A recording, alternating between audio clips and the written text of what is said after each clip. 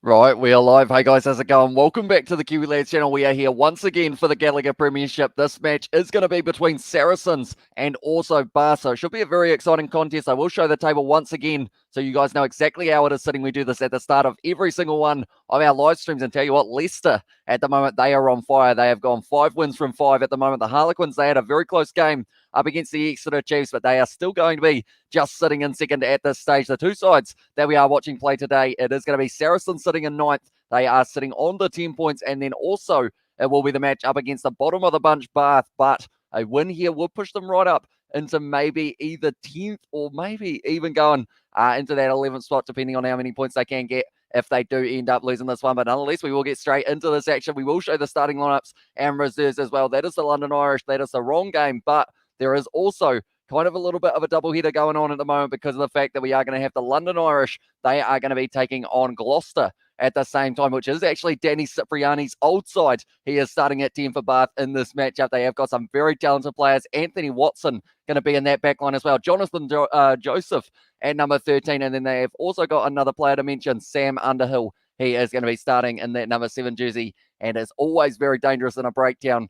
We'll be hoping to get a few turnovers throughout this match as well. Then we look at the Saracen side. There are the away team for this match. They have got a couple returns happening as well. Maro Itoje at number 4. He has been the water boy for the last couple weeks, but now getting his opportunity back in that starting lineup, and he is very good in a line-out. Marco Vunipola scoring himself a try last week. Also, Billy Vunipola scoring last week as well, so they were able to get 2 tries late in that game, and they will be hoping to do the same possibly in this one as well. The backline they have decided to go with, it is going to be Farrell Tompkins, Lizovsky, and then it will be Max Maitland's out on the left wing, Sean Maitland out on the right, and then Alex Good, who will be starting at number 15 for this one as well. And then these other benches, we have got there Steve Smith, as said, good Lord Saracens hitting at 9th is not something you see every day, says Steve Smith there. And yeah, it's something we don't really expect from Saracens because of the fact, of course, they weren't in there last year, but now that they have come back into this Premiership, they had a very close game for their first week. And unfortunately for them, they only scored the 1 try in that one. They've been starting to warm up lately. So it will be interesting to see whether or not with Mara Itoje at that lineup, that set piece with Jamie George as well being an option could be very exciting. Vincent Koch recently playing for the Springboks. He is back in that starting lineup, on the reserves bench. And then it is going to be Ivan Pansel, who actually plays quite a bit of his rugby for the Curry Cup as our Saracens full international 15 as well. Says Johnny Blaze, they are certainly going to be a hard beat here for Bath, and we have got there, hey Hamish, how you doing? I'm doing very well, thank you. And hello Hamish, I voted for Bath. They got a few X-Factor players, and I would say a big one there, Danny Cipriani at 10, Anthony Watson out on the wing, and then like I mentioned a little bit earlier on, I would go with maybe a Sam Underhill. I feel like in the breakdown, that is somewhere that he will try and keep himself very active throughout this match as well. And let's go Marco Vunipola, pound back the KFC pre-game and put on a rampage in performance as well. I mean, he scored a try last week. He was phenomenal last week as well. Also had a very good British and Irish Lions tour, I felt. So yeah, hopefully he can have a good performance in this one as well. But what we will do what we normally do on these live streams, and we will be keeping you guys updated with the other match that has taken place as well, which is going to be between the London Irish and also Gloucester. Like I mentioned, Danny Cipriani's old side, Saracens try scorers. We will type that out as well, and then we will have the fact that at the moment we will go not applicable. We haven't had any tries yet. It has gone silent in my ear, so I'm hoping that is actually on the TV rather than, or at the game, I should say, rather than just my sound system at the moment. But I will go down the bottom as well. London Irish. We will see what they're going to be sitting at because that's going to be a good game as well. There we go. The sound is back. Confused me for a little short moment there. But London Irish nil and also Gloucester are going to be nil, or as I called them right at the start of the season, Gloucester, but that's not quite how you pronounce it. We will put that down the bottom as well by a little bit of a scoreboard. And also we have there Lol Johnny as well. Yeah, go London Irish as well. Go Saracens. Sees Katie Dixon. So we've got a little bit of a split in that regard, although I believe both of those sides are right around the same mark. Gloucester, where are they sitting at the moment on the table? They are actually in 8th, so it's 8th and 9th taking on 11th and 13th. So we're all down in that kind of bottom side of the table, but there is a lot of potential for a lot of these sides. Even if Saracens or Gloucester get themselves a win, they're going right up to around here. And Saracens, they would still have the game in hand as well. So if they can get a good win here, they would be very happy indeed. We have us got there. It's 3 a.m. I'm going back to sleep now. Can I Hamish unless the chat as well? Says that Johnny Blaze. We'll see you later on, mate. But thank you very much for popping in. And yeah, hopefully you do have a good sleep as we are in the middle of the night here in New Zealand, like you mentioned, 3 a.m. But for some reason I'm wide awake. We've seen a Cricket World Cup game. Oman able to get the win over Papua New Guinea in the end by 10 wickets as well. Scotland versus Bangladesh about to kick off or hit off or bowl. I don't remember what to call it, unfortunately. And also we have got there, well, Hamish, you look wide awake. Yeah, I'm in my prime at the moment in terms of the time zone because the fact 3 a.m. becomes my lunchtime, although today, since I got up a little bit earlier on, it does mean that it's a little bit later, but I'm completely fine, I believe. And yeah, at the moment, just very excited for this competition and also for the cricket that we have got on at the moment. Have a good sleep, Johnny, as well, says Katie Dixon, but it is going to be Bath kicking off this one from left to right for this final match of the Gallagher Premiership alongside London Irish versus Gloucester, taken nicely there by straight away. Unfortunately, it is going to be the man in the number 6 jersey. Out of all of the Saracens forward, he is the one name that I can't pronounce to save myself there. I am going to try my best, though, see whether or not it rolls off the tongue.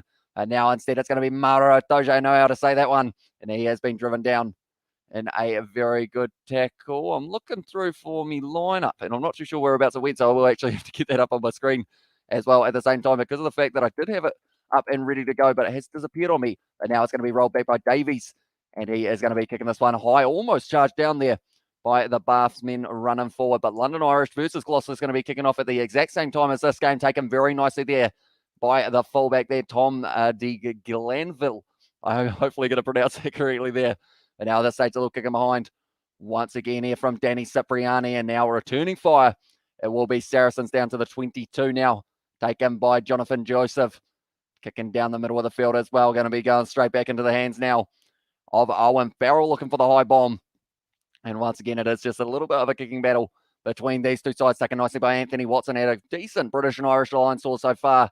There are actually around, I want to say, 7 or 8 British and Irish Lions players out on the field as well. Hey, Katie, good. Leinster had a good one yesterday as well, says Mark Dunphy. They did indeed. They were able to get themselves, I want to say it was about 5 tries with their front row, even whether it was the replacement or whether the guys it was who was starting. So it was very impressive from them in that regard. And Hamish is fresh as a daisy as well. And also, we have got there, big love, everyone. Tessa Basher, welcome into the live stream, mate. And also, absolutely buzzing about that, brother. And so happy Tyke Furlong is back. It's going to be awesome seeing him running around in that Leinster kit as well. And Alan Alatoa off the bench, I feel like I'm still very happy to see him in a Leinster kit because of the fact that we know we've watched him a little bit in the Crusaders for Super Rugby, and he's a decent player. So I'm looking forward to seeing what he can do alongside a Tyke Furlong. But now on Farrell, 25 metres out, straight out in front here. Seems like he is going to be taking on the early 3 points. So far, 10 out of 11 for this season. Hasn't really been challenged too much, I should say, on the boot.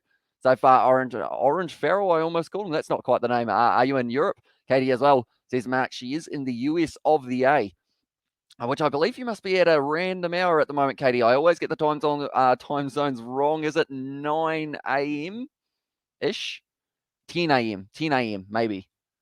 Might be around that, but on Farrell, it's got that one straight down the middle. And now the score is going to be 3-0 for Saracens here over Bath. We have got there. That's an incredibly impressive Saracen side. Despite my personal feeling, I have to go.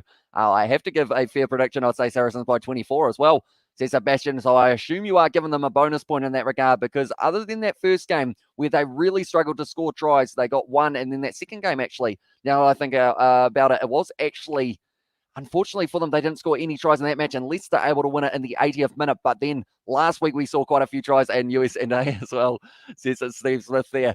And also, I'm in Albuquerque, New Mexico, brother, says Katie there. It's going to be a knock-on advantage. Now Bath trying to get in there. No, it wasn't a knock-on. It went backwards, sorry. And also it's 8 a.m. in the high desert as well. And also we have got there, what about the Auckland influencer party? 600 people breaking lockdown. Influencers get a real job, Opeless pricks. They have no real life skills apart from talking or taking selfies and spreading wokeism.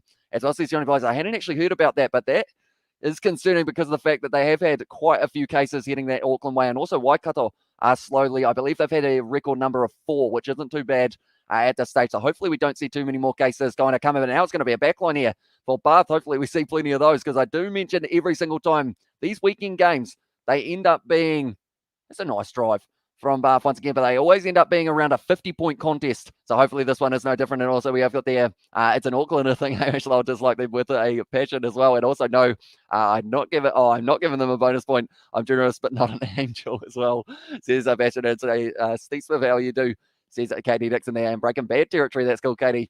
And also it's 8 a.m. I always mess up the time zones at the moment. So you are 5 hours.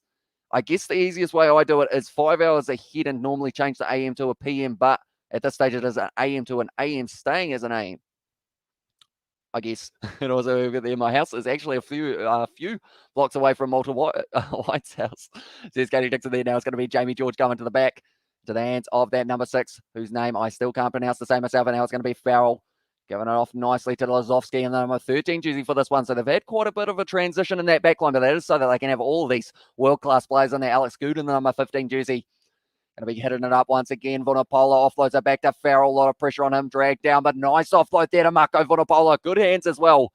From it was, I want to say it was Ben Earl. Yes, it was. Now Jamie George passing it back. Farrell with the no-look pass. Little bit risky. Lazowski picks it up beautifully, though. He's got the men with him as well. If he decides to use him, who goes? He's going himself, Lazowski, but he has been dragged down there. Davies now got his hands on the ball. A lot of pressure in the breakdown. Swinson now trying to drive his way forward, but he's going to be tackled by Miles Reid. Davies once again going to be firing it back. Tompkins, beautiful little step there, trying to shunt off the Bath defence with the quick feet, but it is still going to be available here for Saracens to hit the ball up once again. Davies now trying to pierce it. Well, they called him Davis.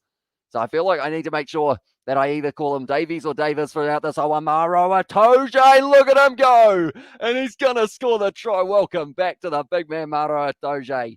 And now because of it, it does mean that he is going to be scoring the try. He's been watching them for the last couple of weeks, the Saracens. He's been going, I've been the water boy, but now I'm ready to go.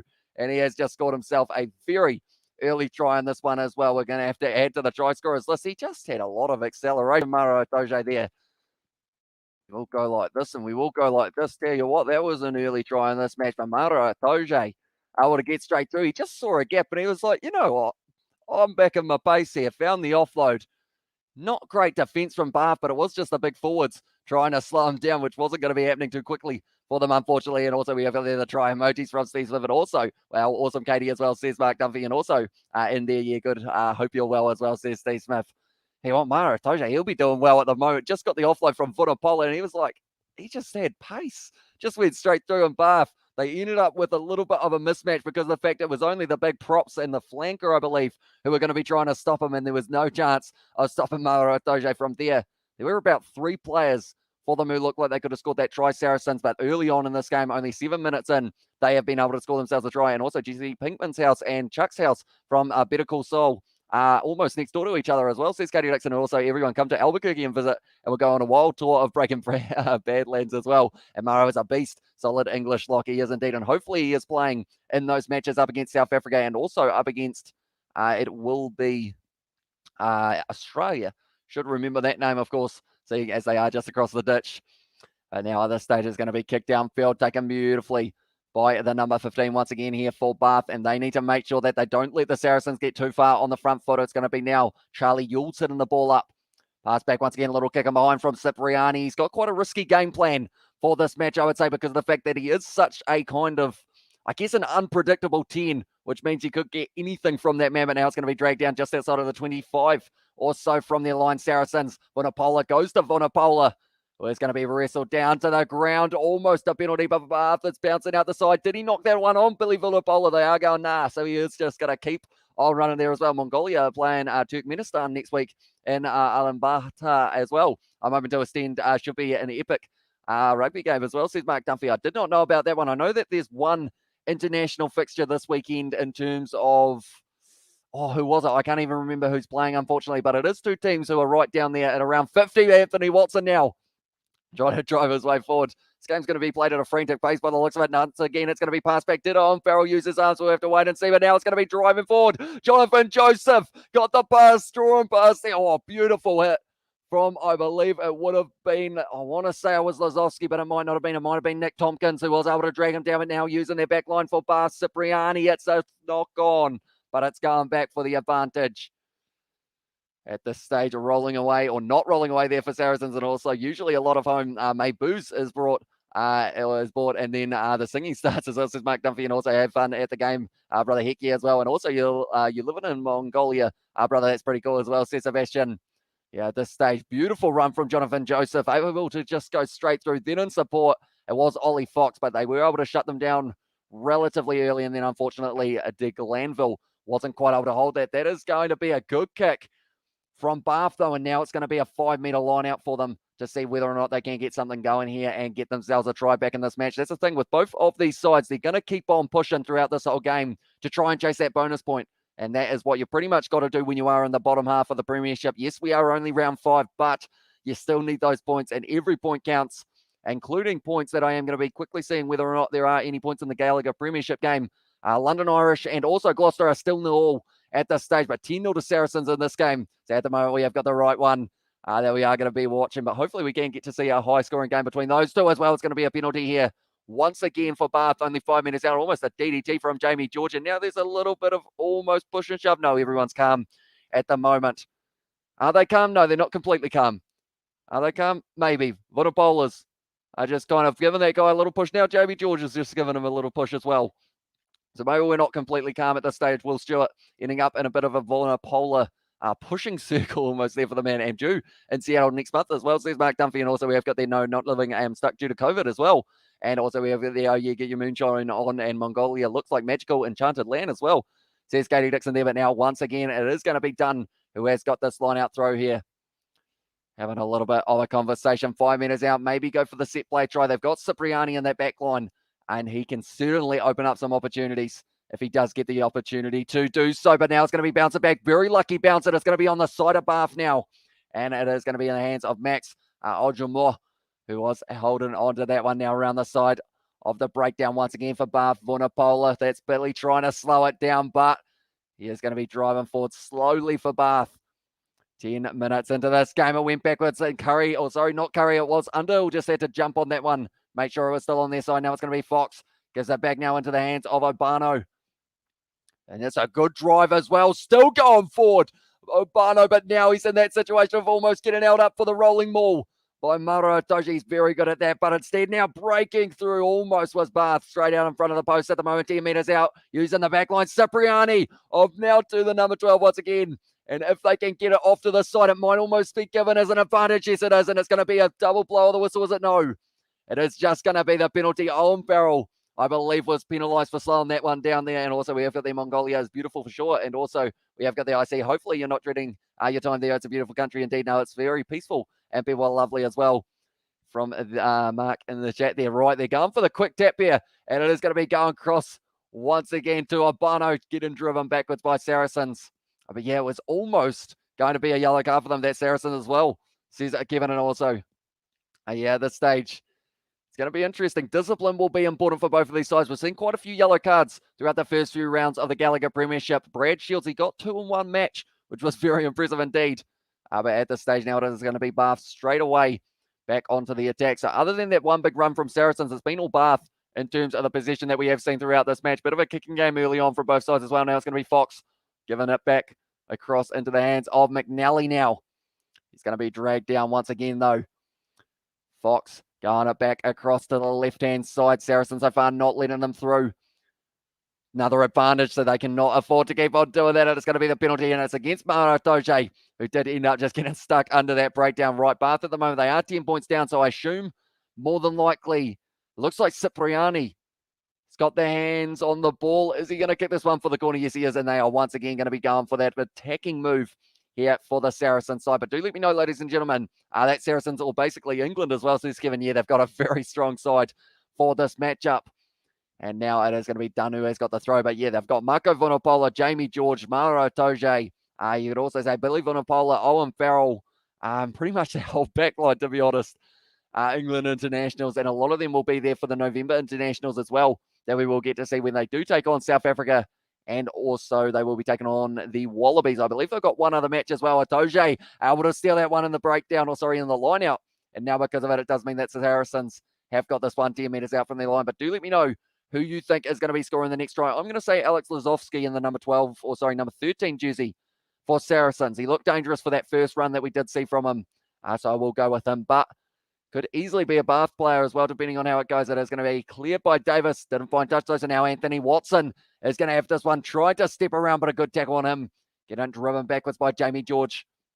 Now going to be available once again. Nice little set play opening up. It's a knock on though, and it's an advantage now. Billy Vunipola, he's trying to back his pace. He's back in the kick as well. He's going for a 50-22. Is it going into touch? Oh, yes, it does. So it's going to be a 50-22 from Billy Vunipola. But the thing is, even if he is Because of the fact that, yeah, he was inside of his own half, but the Bath player actually ended up running it into touch as well. But there is no way that the number 8 just nailed that 50-22 there. London Irish try. It's also Scotty Dixon, also I'd say Sean Maitland, number 14. Says Sebastian there, and also we have there. I have no idea why your messages keep disappearing, Mark. This is weird as well. Says it, Katie Dixon there. Well, have I been banned as well? Says it, Mark. I don't believe so. I believe your messages are all still here for me, Mark. So hopefully that will be the case for Katie as well.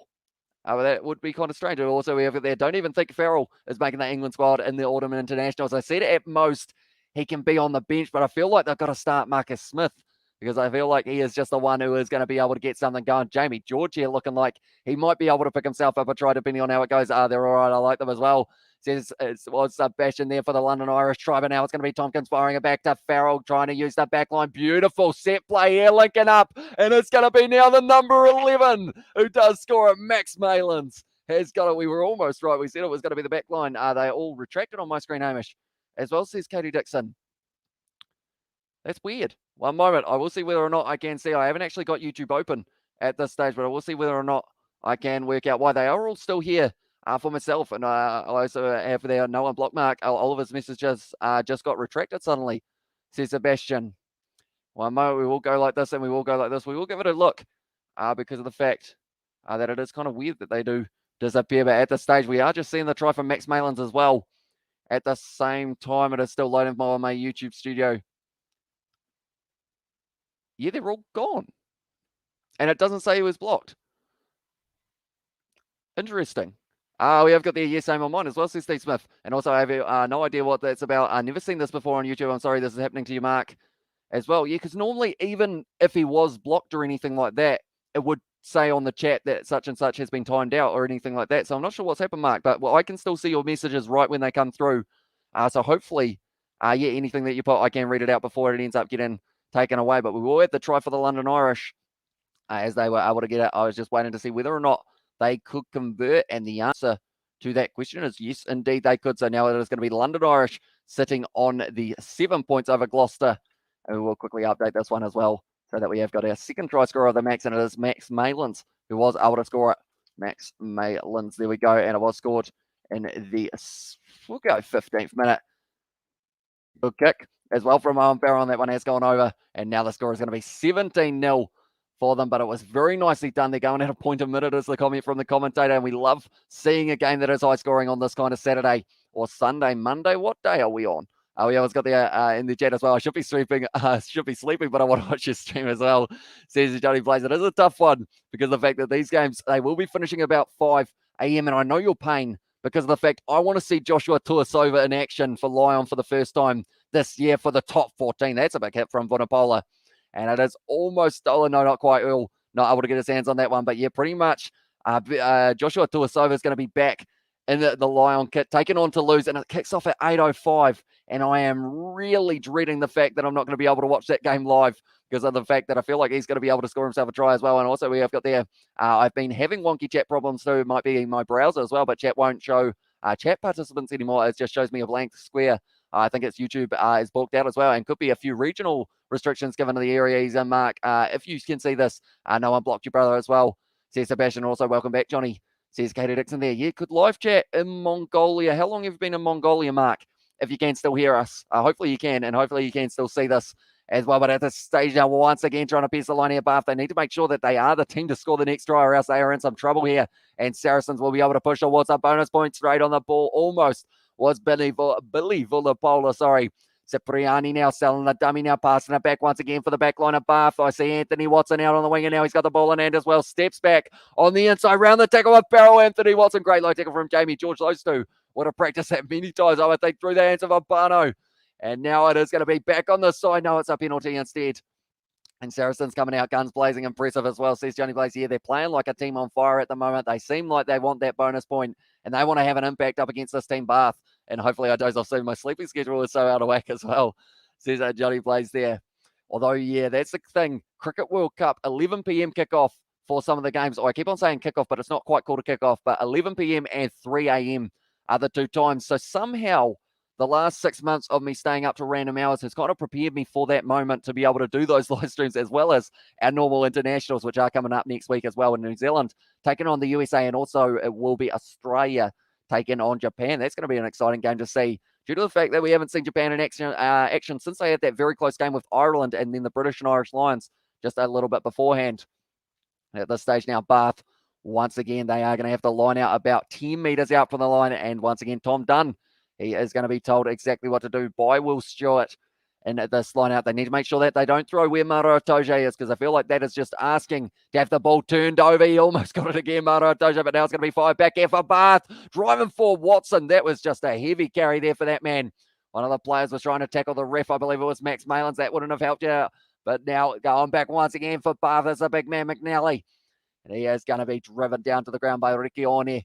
And also it was Jamie George, who does make a huge amount of tackles. Cipriani now using the back line. Little flick out the back. It's a knock on, or is it? Did it go backwards? No, it is forward. Unfortunately for Muir out on the wing. And now it is going to be the scrum feed. Once again, also same here, brother, as well. Says it, Katie Dixon. But at this stage, Cipriani, he's trying to get something going. Little flick out the back, but just overrunning it a little bit out on the wing, Will Muir. So he wasn't able to get this one. How many tries are we going to have in the first half? Oh, I want to say there's going to be 4. I'm going to say there's going to be 1 more for Saracens, but Bath are going to be able to get 1 as well. Scored by Anthony Watson, we'll go with. And then I'm sticking with it. Number 13, Alex Lazowski, scoring the try for Saracens. So let me know who you guys think will be scoring the next one. One day I'll get it right. I don't think I've ever predicted it completely correct. And I think this one is no different as well. Can anyone see if Mark is still in the chat? YouTube is not generating a list for me as well, says Katie Dixon. I have not seen him recently in the chat, unfortunately, there. My messages earlier on are still there for him, but I'm using StreamYard, which does have that little bit of a delay, which I believe is still why I have got his messages there as well. But hopefully you are all good, Mark. If you are still here, hopefully, yeah, you are going all good and you are enjoying the match. We are sorry about the chat. We haven't actually seen it happen before in terms of someone completely disappearing for their messages without being like timed out or anything, which you haven't been. Fun fact, it does just say, or pretty much it's just ended up doing a bit of a magic trick and it's gone poof, and straight away you are just missing at this stage. Missing in action, MIA, as they call it. At the moment, the defence from Bath is MIA because they haven't really been able to stop the Saracens too often in the early stages. 7-0 at the moment for the London Irish over Gloucester. Who scored that one? Augustine Crevi. Once again going for that rolling ball by the looks of it for that one. But now it is going to be a little bit of a stoppage here because of the scrum reset. No, I hope the problem gets fixed. I can't believe that is happening to the chat. What's going on YouTube as well? Says Katie Dixon there. Yeah, it does seem strange. So I'm hoping in some regards that it is just a little bit of a bug in terms of location possibly, and then he will be able to come back in a short moment. But I'm not too sure what the kind of, because I believe he's been on live streams before, so I'm not sure how long he's been stuck in Mongolia for, and whether or not they have got any YouTube restrictions or anything. Made one first Premiership start for Ollie Fox last year. I believe they have said for the Gallagher Premiership, and also Beno Albano, Genj, and Marco V, and Mala are all good loose hair props, but why can't the ABs have this kind of prop depth as well? Says that Johnny Blaze. Yeah, I guess, who we got? Loose hair props, we got Joe Moody, Carl Tunukiafi, I guess, as well we could have, and then I guess Ethan de Groot. If they get Ethan de Groot and maybe George Bauer coming up through the ranks, then maybe we'll have a little bit more depth there, but overall, yeah, England have got some very good forwards. That's gone down on the front row there, and it's going to be a penalty to Bath, actually, for that scrum as well. And now it's going to be available for them once again. 17-0 down. They are not taking on the 3-point. I wouldn't think. London Irish try again. They're on fire at the moment. The London Irish, and who was it who was able to score it this time? My app does not tell me quite yet, but I'm sure that we will find out very soon. But Cipriani once again going to be kicking this one into touch. Bath going for the 5-metre line out, and they will be able to get it going. I believe it was actually Vunapola on this near side. Did lose his feet a little bit, like they are saying. It could have gone either way for the 50-50 decision there. But at this stage now, it is once again going to be Tom Dunn. He hasn't really had too many loose throws so far for the line out, other than, of course, that one that did end up going into the hands of Maro Itoje. But he is very good at stealing them in the breakdown and in a line out as well. But now it's going to be set here for Bath. 10 metres out at the moment, trying to look for that rolling maul. But Maro Itoje, he's got his hands right in the middle there. They're going to have to be very careful not to let him get his hands on the ball. It's not really going anywhere for Bath. In fact, they're going backwards at the moment. They've been told to use it once. Where is the ball at the moment? It is down on the ground, and it is going to be available for Bath to try and get some big forwards Going over this one, it's going to be now left by Miles Reid out to Obano once again. Running straight at his opposite number, Vunipola. That's going to be an exciting battle to watch throughout this match as well. It was actually Curtis Harris who was able to score that one. Now spinning out of the tackle, it is going to be Will Stewart, 5 metres out here for Bath. And they want to get themselves a try. Great attacking run from Bayliss, but he's going to be dragged down by Vunipola. He's actually having a phenomenal season so far. Once again, it's going to be the big drive forward. For it was Sam Underhill. Is it available for Saracens? It's bouncing out the back. Fox now. Rush defense from Owen Farrell, able to drag the man down. And is that going to be the turnover? Yes, it is indeed. And Saracens able to take it back. And now there's a lot of pressure. Davis just going to be passing this one back. No, he decides to kick it instead. It's almost become a cross kick. And it's going to be sitting up. No, it's not. Not quite able to be handled there by the Saracens player. Now it's an advantage back at the side of Bath. Now it's opening up if they give this out to Anthony Watson. This is going to be a try. Oh, it's a beautiful tackle on Jonathan Davis by Billy Vunipola. That is a try-saving one right there from that man, and it was a phenomenal tackle as well. Just on the 22, now it's a knock-on, and it's going to be Saracens who have got the scrum feed. I really enjoyed this game so far. LCD is injured now as well. It's Luke Cowan, Dickey, I believe, and also you think Steady Eddie will be bringing up Tubby Boy, sorry, Jamie George again, says Johnny Blaze. I think he was very close for the British and Irish Lions, if I'm not wrong. Did he actually play for the British and Irish Lions? Jamie George. I can't remember whether or not he was there, but maybe they will go with him. Who else have they got in the hookers department at the moment? I'm trying to think of English players. I haven't actually seen England play for a little while. I'm looking forward to the Six Nations, though, because of the fact that I haven't really... Last year when we did start the Six Nations live streams, I had no idea who pretty much 90% of the players were. And now I know quite a few of them. Did you watch the Bulls game yesterday, Hamish? The Bulls ref had a shocking decision as well, says Kevin. I did see that the Bulls missed out on that win by just a few points. And also the Sharks did miss out on a win as well. So I haven't actually seen those games back yet. But we'll have to wait and see exactly what kind of happened for the refereeing of those ones. With Saracens as well, says Gary Dixon. And also there we have got their Tubby Boy. And also he went on tour, but they barely let him play as well. Because they had quite a few players that didn't really get that much game time. I believe another one was Josh Adams, I want to say.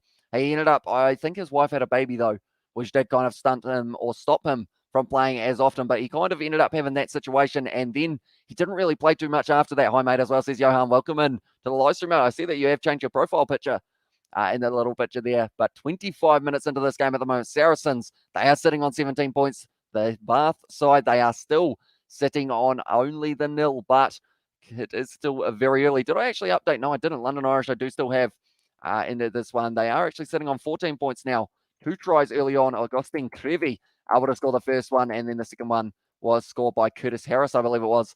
And at that midfield, we have there. We're not told to eat all the leftover food. Don't want to be wasteful as well. And also we have the Obro and the Hero. I thought I was the only one wagging work tomorrow as well. Says this news. That's another penalty to Saracens. And yeah, at this stage, I'm very excited for this game. For some reason, they normally...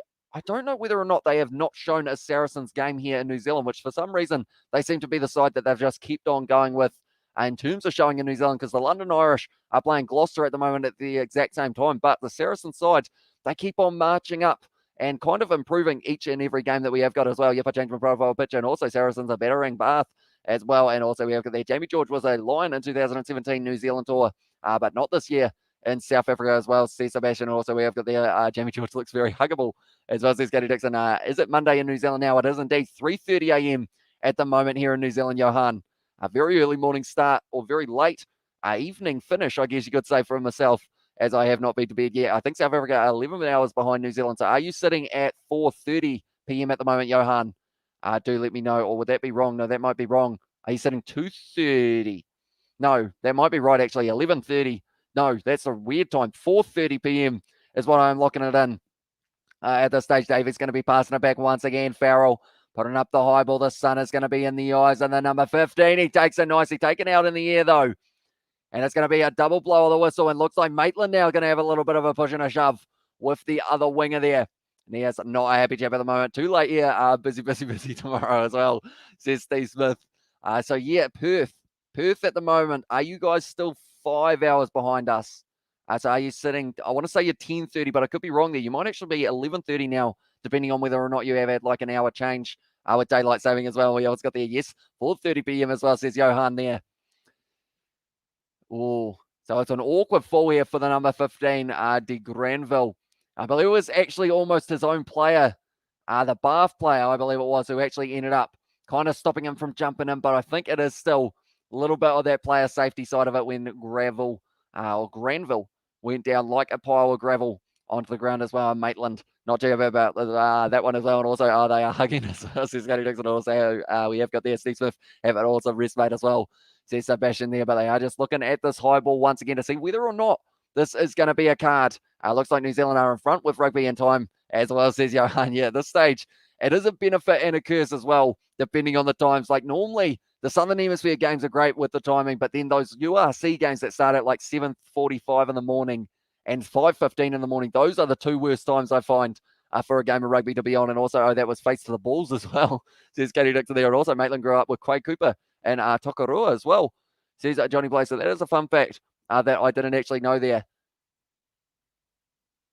Oh, he's changed his line of the run here. They are saying so the Bath player is actually going to end up getting penalised. And the worst thing is, his teammate got dropped. And because of it, it does mean that it's going to be a Saracens penalty. They're 17 points up here, and they are going for the corner once again.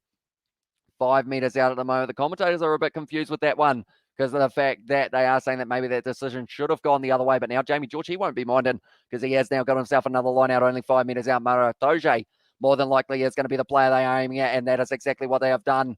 Now looking for this rolling ball once again. It's at the back. Jamie George or Vunipola. It's going to be Marco Vunipola, or is it now they're committing everyone who has got this ball? Jamie George still marching forward here for the Saracens, creeping, going over, and he scored the try, Jamie George. And it's going to be another try for Saracens here. And you have to say now, they are only one away from getting themselves a bonus point. They are on fire in the early stages of this one. And we will have that one once again. Jamie George, all the international English players scoring themselves tries in this one. 27 minutes into this game, and they have scored a total of 22 points so far. Maths did not exist in my brain for just half a second there. We always got there. Did you see Harlequins lost? I did indeed. Very close game with the Sale Sharks. And also we have the Sean is cousin with Quade Cooper and Pete Cowley as well. Says Sebastian there, and also go Saracens. Try, go JMO as well.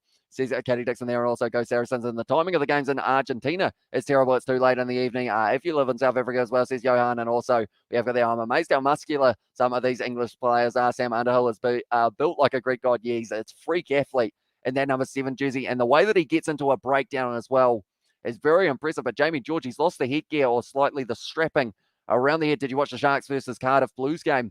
Unfortunately not. It was just a little bit too late in New Zealand time. I believe it was 5:15. I wanted to stay up for that Wasps versus Exeter Chiefs game, but ended up unfortunately crashing just beforehand so that I could get up. That's an awkward fall there for the man in number 16 or number 6 jersey, sorry.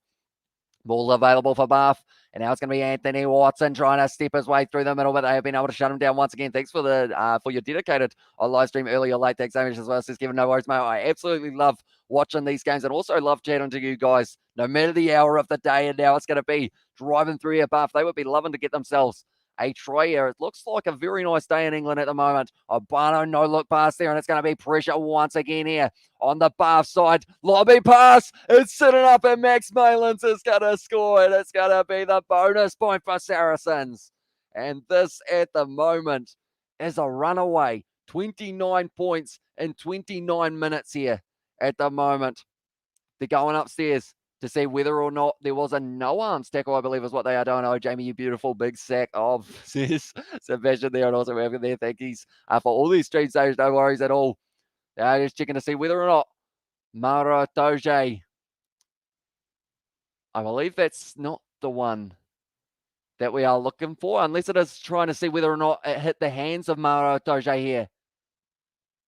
No, he hasn't, so it's going to be Max Malins once again scoring himself the try in the 29th minute. Saracens have come out today and they're like, you know what? We didn't score many tries in the first 2 rounds. We're going to make up for it. And we're just going to keep on ticking them over, get that points differential up as well. Set up Max Malins. He's gone. He's at the try line already. The way he was running onto that one after the intercept, and also 1 more point, or 1 point per minute.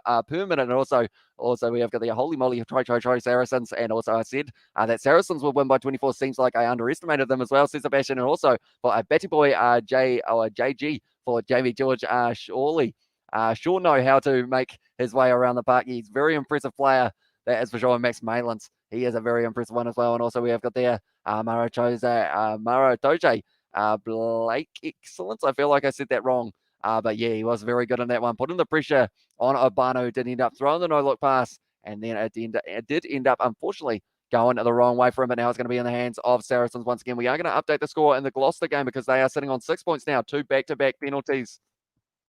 The averages of points in these rounds, for some reason, is just absolutely huge. Anytime it's a Monday night game here in New Zealand, we do get ourselves around 50 points, and it looks like this game's going to be no different. This game could have 50 points by half time if Saracens continue at the rate that they are going, but now it's going to be Davis once again, just inside of the 22 for the Saracens, going to be rolling it back and going to be putting the ball straight back up in the air as well. Contest in the air, taken beautifully by De Glanville. A lot of pressure on him by Maro Toje. It's going to be available, though, for Bath. And they need to get themselves over the try line one time in this match, at least. Now it's going to be out the back line here, and this could be the opportunity that they need. Quick hands, no, instead. Sides against the pass. It's almost 4, but now still driving forward here for Bath. It is going to be Bayless. Ripped away by Saracens, though, and now they're going for the counter-attack. They've got about 4 men on the outside if they decide to use them instead. Farrell sticks it on the boot, and Malin's now going to be chasing this one as well. Pressure on Watson here, but he's going to be able to take it and kick it way back down the field. That's going into the 22. That's a massive heave downfield from Watson, but now it's available once again here for Saracens. He's going to be kicking it back down into the sun, taken nicely by Jonathan Joseph. Kicking it back. It's the game of force back. It's all of a sudden transitioned into just a little bit of a territory game. And like they are saying, Saracens can do this all day. They are 31 points up. They don't mind if Bath want to keep on kicking the ball back to them, and that is exactly what they're going to do. It's going to be Tom de Glanville once again kicking it down. Maitlands is ready for it, and he is going to be kicking it, or as he passes the back infield, and now Owen Farrell going to be kicking it downfield. It's a big kick as well, and it's a good kick downfield from Saracens, so they won that territory battle there. And also we have got there in the chat as well, Jamie, you big huggable Weeble Wobble, Weeble Wobbles, Weeble Wobble. They don't, but they don't fall down as well, says Katie Dixon. Also, I think Kieran is technically a Weeble Wobble as well, says Katie Dixon. I believe he is at this stage. He's actually still up on the couch from when George threw him over there earlier. But he seems to be enjoying himself up there. And there's also there was this quite funny rugby YouTuber also from New Zealand. I think his channel's name was In Games, but his channel is gone now. You know who I'm talking about? I don't believe I do. Unfortunately, Johan. Was he a kind of commentary channel, or was he kind of reviews and whatnot, or was he into that situation of gaming, I guess you'd say? As I'll go Saracens there, and I'm shocked by the performance. Saracens one-way traffic as well. Yeah, they're doing very well at the moment, I believe. Maro Toje ended up giving away the penalty there. And also we have got there Joshua Bath as well. Says Joshua Miller there. Welcome into the live stream at the moment. Bath, they are hopefully going to be able to get themselves back into this match just a little bit. Maro Toje was just all over that line, and because of it, it did mean that it did become the side of, he ended up getting that ball pretty easily. There, unfortunately, is an illegal maneuver. So because of it now, it is going to be Bath, and once again, we have got this opportunity to use this back line from the halfway line. We have got there. Hamish, would you challenge Maro Toje to a 1v4 fight himself against the full Kiwi Lads squad as well? Says Sebastian. Oh, it's a tricky one because I feel like the only one who would have a chance, I want to say it would be George, but then saying that, I guess it depends. Are we all fighting them at the same time, or is it kind of round for round for round? Because depending on that situation could depend on how badly we get beaten. But now at this stage, Bath are driving their way forward. And they are only going to be 5 meters out from the line now and trying to find their way over the line around the side. Once again, you know, those big forward Saracens just haven't quite let them get straight through them. Look into the side, close to the touchline now. Brilliant defense from Saracens. Have they been able to drive him out? No, the ball is still in the field of play. Going back across field now. It's going to be Danny Cipriani wide. Cut out pass now. Can't quite link up to Watson. Jonathan Joseph now has got the ball, and he's going to be back in the pace. Offload on the inside to Watson. But he is lined up, and it's a brilliant tackle there from Jamie George. And once again, he has had Watson's number in the early stages of this one. Now it's going to be Alex once again. Oh, sorry, his name is Ollie. Ollie Fox, that is 10 meters out of the moment, and Fox once again going to be passing it across to the big forwards. Vunapola just ripping it away. That's Marco, and now he's trying to run away, the big man. Just inside of the 22 now, and now it's going to be opening up. I believe it is Maitland, is it? He has got the man with him. He's trying to get the support run going. Offload on the inside as well. Lazowski. Oh, it's being dropped. It's been dropped by Saracens, unfortunately, and I believe, who was that? did end up putting the ball down. I believe that was actually Nick Tompkins who put that one down as well. And also we have got there, each Kiwi lad can grab one of his muscled limbs each, encouraging him fly in WWE style and simply smart Doji as well. And also never heard of him. That's too bad that he disappeared as well. And also, no, he was making videos like how to fix the Blues and how to fix the Wallabies rugby. Does that ring a bell? And we also got there, I think, 2 Cents Rugby. I did a live chat with him before as well. Says Johan, how to fix, I assume, no, I don't think I know the guy, unfortunately, there. But then it was actually the big break from Ben Earl. He had a man with him. It was actually, I want to say it was Lazowski who then passed it off, and it was just fumbled for him as well. And we always got the no, come on, as well, says Johan and Saracens. And at the time, or at the same time, basically all 4 of you would have to rush to him simultaneously. He's got some long levers, though, so I feel like he'd be able to hold us off a little bit, depending on what type of fight that it is. If it's MMA style, still be tricky, I feel, because he's got that height advantage, he's got the reach advantage, and my arms, I mean, they're not short, but they're not long either. I haven't got a lot of bulk on me, so I probably just end up getting swatted away.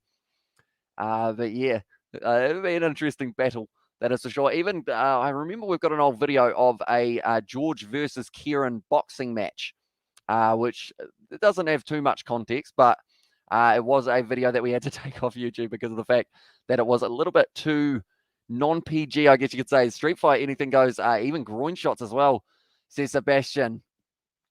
I feel like Maro Doge, if you try and kick him in the balls, he'd probably just smile at you and go like, no, that didn't work, mate, and then just absolutely batter you.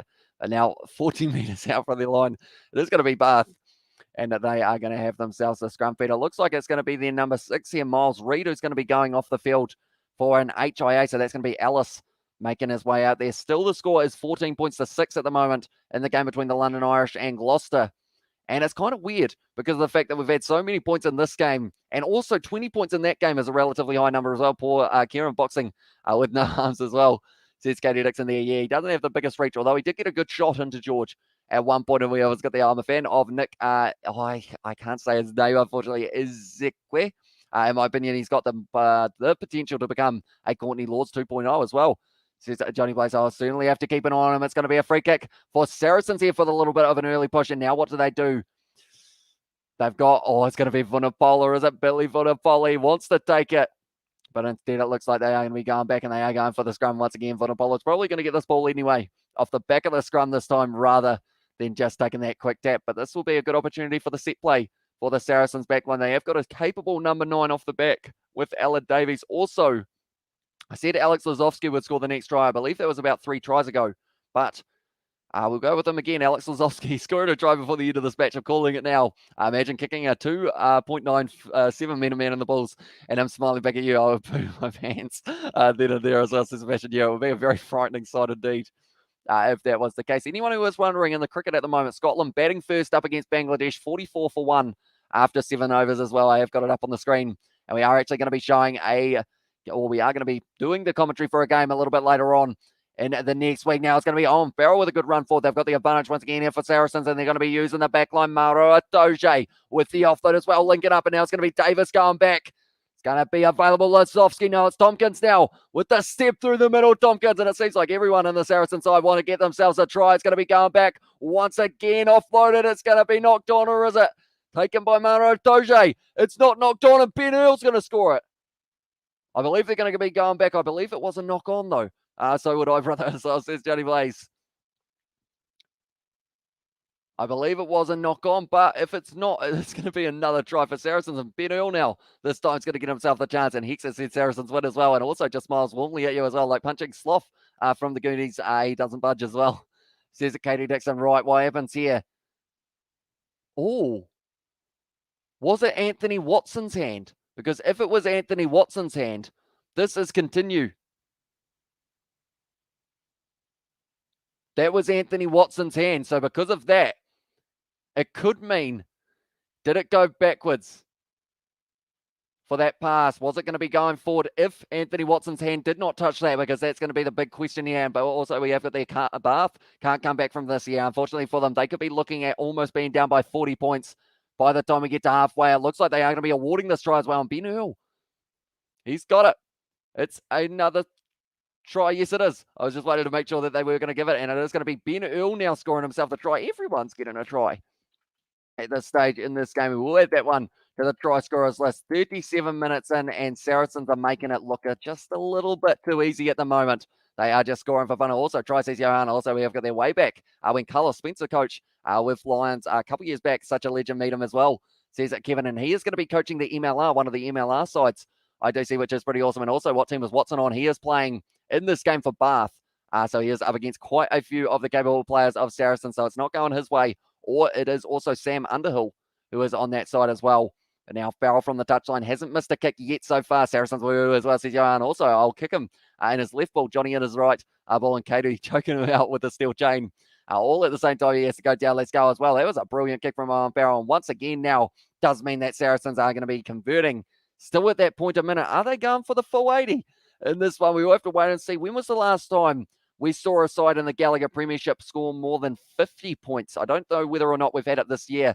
I'm going to have a quick look. Leicester got 48 in one of their games as well on Farrell versus Anthony Watson. It is indeed.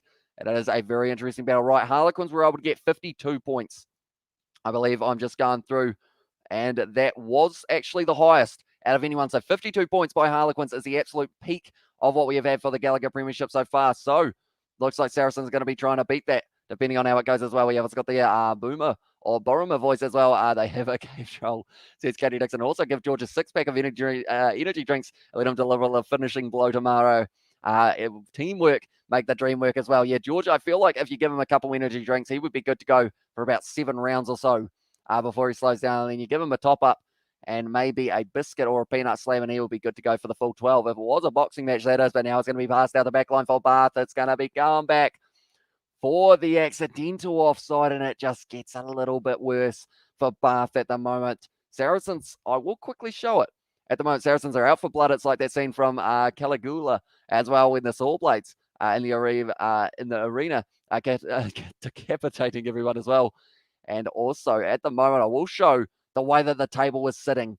Saracens at the moment, they are sitting here with a points differential of plus 30. A big win here. They've already got the bonus point. They needed to win this game by 4 points to be above the Exeter Chiefs. They are going to have a points differential more than likely up here with Leicester, and they've still got a game in hand as well. So to be sitting third with a game in hand will be incredibly impressive at this stage of the competition, but we will have to wait and see whether or not that will be the case. Still 14-6 in the game between the London Irish and Gloucester. Just the 2 tries, Augustine Creevy and also was Curtis Harris, who were able to score it. But yeah, I was mentioning that game a little bit earlier on. Toulouse versus it is Lyon, and Joshua Tuasova is going to be back in that Lyon kit. I really want to watch that game at 8:05, but might just be a little bit too late in terms of the schedule. It's going to be a free kick once again for Saracens. It's just not going Bath's way at the moment. They haven't really had too many decisions in that regard, and it is going to be the scrum once again here for Saracens. It's just after the 40. They might as well keep on attacking in this situation. I know that it should be probably more than likely kick the ball into touch and go, you know what, boys, 38 points on the board, but they are really putting Bath under pressure. If they keep on attacking the way that they are, they can break the 50 as well. The snoozer said, you think Rennie has a good squad built to win the next World Cup? Right now, I see a good start. If they do, then it would be a fairy tale. That would be to bring back another good Tasman challenge as well, says the snooze. I'll be excited to see if they can do it. I know that at the moment, they've got a few of those players with the Giddo Law coming back in. It's another advantage here for the Saracen side, and they've won the penalty. I hope they don't take the 3 points. I hope they decide to go quickly. Bell, he's kicking for the corner. I'm getting excited now because of the fact that they are going to keep on attacking as well. Lion versus Toulouse will be awesome. Potential European Champions Cup final, that one as well, says Sebastian. And yeah, it's going to be a very good game. And it's being shown on Sky. But yeah, it will be 8:05 a.m. So it will be a little bit of a rough one as well. Predicting Jamie George man of the match. Is he getting another try here, Katie? Maybe. He is 10 meters out at the moment. Or is it going to be a different Saracens player who hasn't scored one of the first 5 tries of this game so far? There is going to be a blow off the whistle, but 10 meters out at the moment, they have the potential to be able to go for that rolling maul and just keep it going forward here for Saracens and build themselves a 45-point lead going into halftime, which is just unheard of in this season. Tries for days so far, already 5 in the first half, taken nicely there. And it's going to be short side footer bowler. Now Jamie George not going to be able to reach out there. Who wants the ball? That's the question. He's going to be short of line once again. They're literally only a meter away from the try line now. Who wants it? It's going to be going back out the back line. Vunipola now driving at the line. Going to be a metre short once again. Aaron Davis, does he decide to try and pierce the gap himself? Still available for the man. Was off his feet, they are saying. Davis now offloading it back. He's going to be up and down. And it's going to be the try, is it, for Jamie George? Yes, it is. And it is another try there. I believe it was Jamie George. And also we've got there Jamie, there was almost another try for him as well, says Katie Dixon. Was this the try? That's a big question. I believe it was for this one now. Jamie George has been able to pick up another one. At this stage, it's going to be the race to the hat-trick between these Saracens players. Jamie George already picking up 2. And it's going to be just another one. Jamie George very close to the line, and then he did finish the job. He's just bulldozing his way forward at the moment for Saracens. We are going to have to add another name to that try scorers list. And it is going to be in the 40th minute that they were able to score it as well. Saracens on absolute fire for this matchup, and Jamie George, the second try of the match. Who's going to get a hat-trick first, Malins or Jamie George? That's a big question. Ben Earl at the moment is the odd one out. He's the only player who doesn't have an M in his name, but he has got the A alongside everyone else for their try scorers as well. And also we have got the OMG. He did it. Goes Saracens as well, says Katie Dixon. Also, okay, Saracens are now crowned Club World Cup champs before the tournament has even started as well. In it there from Johnny Blazer. Yeah, at the moment, they're doing phenomenally in this game. They just don't want to stop scoring. Farrell gets that one over, and now going into halftime, they are scoring at more than a point a minute. 45 points in that first half for them. It's not even second half yet as well, says Kevin. And tell you what, Bath, they've got to go into that second half trying to think of something else in this game because of the fact that that has not gone their way at all. They're not getting a bonus point for being within 7 points. So more than likely now, Bath just have to go out and they've got to try and do what Saracens did in that first half, and that is going to be play aggressive rugby and just try and break their defence, but it's very tough to do because Saracens at the moment, they are not letting them through. Joshua Tuasova's calf muscles as well, says Johnny Blaze. His calf muscles are bigger than my whole neck at this stage, and can I honestly say at this stage, I'm scared for the Quins versus Saracens game. That's going to be coming up relatively soon as well, isn't it? I believe it's a couple weeks away. Next week, we have got a few fixtures that we are going to be covering on the channel. Harlequin's going to be taking on Bath, so that could be a very interesting contest as well. That game that you can't see, it is Saracens versus Wasps on the Monday, and ironically, it is going to once again be that Saracen side, which is going to be very, very exciting indeed. Then we've also got the Leicester taking on Sale Sharks. That will be an exciting one, but we do get Exeter versus London Irish here in Kiwi land. So yeah, it will be interesting to see how it goes as well, and Yopami too as well, says Katie Dixon there. Yeah, at this stage, I'm excited to see how the second half goes. Who's going to be scoring the points and how early do they decide that they want to make subs? Because of the fact that at the end of the day, everyone's just running their way forward and being able to get themselves some good go forward in this game as well. Vunipola, I feel like, isn't too far off being able to score himself a try perhaps in this matchup also. I feel like, I want to say there's going to be 10 tries in this match for Saracens. And I feel like that's a massive shout, but I feel like it's worth a crack at this stage because of the fact that they are just going to keep on going. They have already got 6 tries in this game. Maro Atoje getting it started in the 6th. Max Malins in the 15th and also the 29th. Jamie George scoring 2, 27th and 40th. And then Ben Earl's 37 for this one as well. Did I miss out an S on the end of Ben Earl's name? No, it is Ben Earl without the S. And I think people's messages are being erased again as well. Said Katie Dixon. Whose messages are going? Katie, do let me know. And we have got there Joshua in the chat as well from Miller, or it's Joshua Miller has said Joshua IFC as well. And also we have got there in the chat Joe Marler versus Jamie George, who wins as well. And also Jamie George wins my heart as well, says Katie Dixon there. At the stage, we will get ourselves some stats up about that first half. What can we learn from that one? I feel like overall we're just going to know exactly how much possession Saracens had. It is going to say probably a relatively large number. It says, now, tell you what, that's a stat and a half. According to my stats, which it could be wrong, very wrong, maybe, but it says 68% of the possession there for Bath in this first half. And also we have got there, did you delete your comment, mate? As well, says Sebastian. I will have a quick look. It does say message retracted for that one, so I believe maybe he did delete his comment rather than it getting erased for that one as well. His wife's name is Katie, so I pretend it's me as well, says Katie Dixon. Also, afternoon, says Kana Coin, and welcome into the live stream, mate. This one's an interesting one, the way that this match has been going at the moment. It's frantic pace, and I have been absolutely loving it. As the fact it seems like everyone is going to be scoring for Saracens. We've already had 6 tries. Who's going to score in the second half? That's a huge question because of the fact that they've both got very capable benches as well, if they do decide to use them. At the moment, we're seeing Taranaki versus Hawke's Bay as a game that we are watching. I believe this is actually the Shield Challenge that they were able to get themselves the Shield maybe for Hawke's Bay. If I'm not wrong there, and also we have got the hey brother, how you doing? Also we have got the laughing face from Johnny Blaze as well. Nonetheless, looking at the stats, who had the most running meters? I feel like there's got to be some people who had a huge amount, but I don't know whether or not they will be registered just yet. 23 meters carried for Alex Lazowski, so he's actually doing pretty decent in that midfield. Jonathan Joseph, 46 meters carried, or 45, sorry, and also Anthony Watson, 43, but they have been struggling. They haven't been able to break through. They've had to make quite a few tackles so far as well in this matchup, and because of it, it has been costing them a lot of fatigue, you'd think, at this stage. They've only had to make 5 tackles in this game, or sorry, they've only missed 5 tackles, I should say. 36 tackles made as well, and also I'm good at but not too impressed with how Munster did last night, says Kanakoin. And what was the score in the end for that 1-1 moment? I will have a quick look to see exactly what they were sitting on, because I believe they were playing someone. Were they playing Connacht in the URC?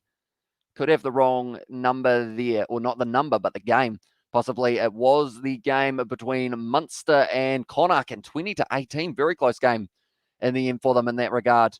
And also, who had the scores, or who had the tries, I should say? It was Klute.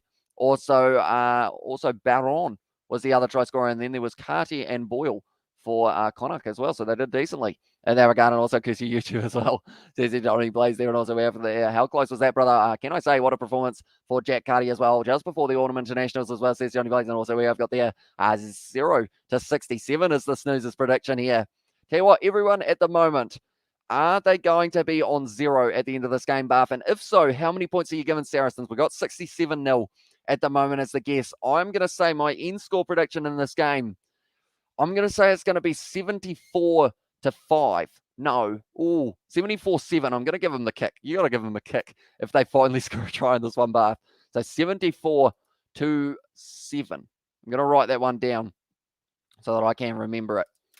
But yeah, do let me know in the chat what you think the end score will be as well. Very unimpressed by Munster's performance. Carty was deserved player of the match as well, says Kanako in there as well. I'm going to watch the highlights. I missed it as well. And I'll give Bath 3 points, a penalty goal as well, says Sebastian. Do you think they'll take the 3 from this situation?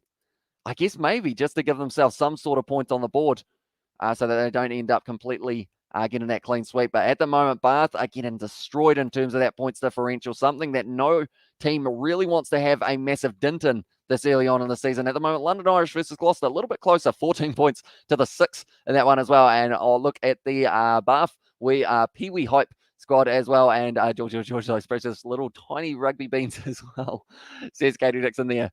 But yeah, at this stage, they're certainly going to have to get behind their Bath side in the second half if they want any chance of it being able to come back and win this match. It's going to be tough for them, but I'm hoping they get at least one try, because of the fact I've got to feel bad for them. Anthony Watson and also Jonathan Joseph actually having the most running meters out of any player out on the field, but running meters do not matter if you cannot get yourself over the line and get yourself possibly some points. They have been going for the corner more often than they probably would have if this game was a little bit closer for Bath, so they've had to throw the guns blazing sign at it and just try their best to be able to get as many points in a quick hurry as they can as well. But at the moment, we will quickly show the benches so you guys know exactly who's going to be coming off the bench for both of these sides. We will quickly remove Gloucester. There we go. So as you can see, Gloucester, they have got 12 trees who will be available in the later stages of this one. But then you look at the bench of the London Irish. That's a lie, because that's the wrong game at the moment. We will go to the right game, which will give us a little bit more of an idea.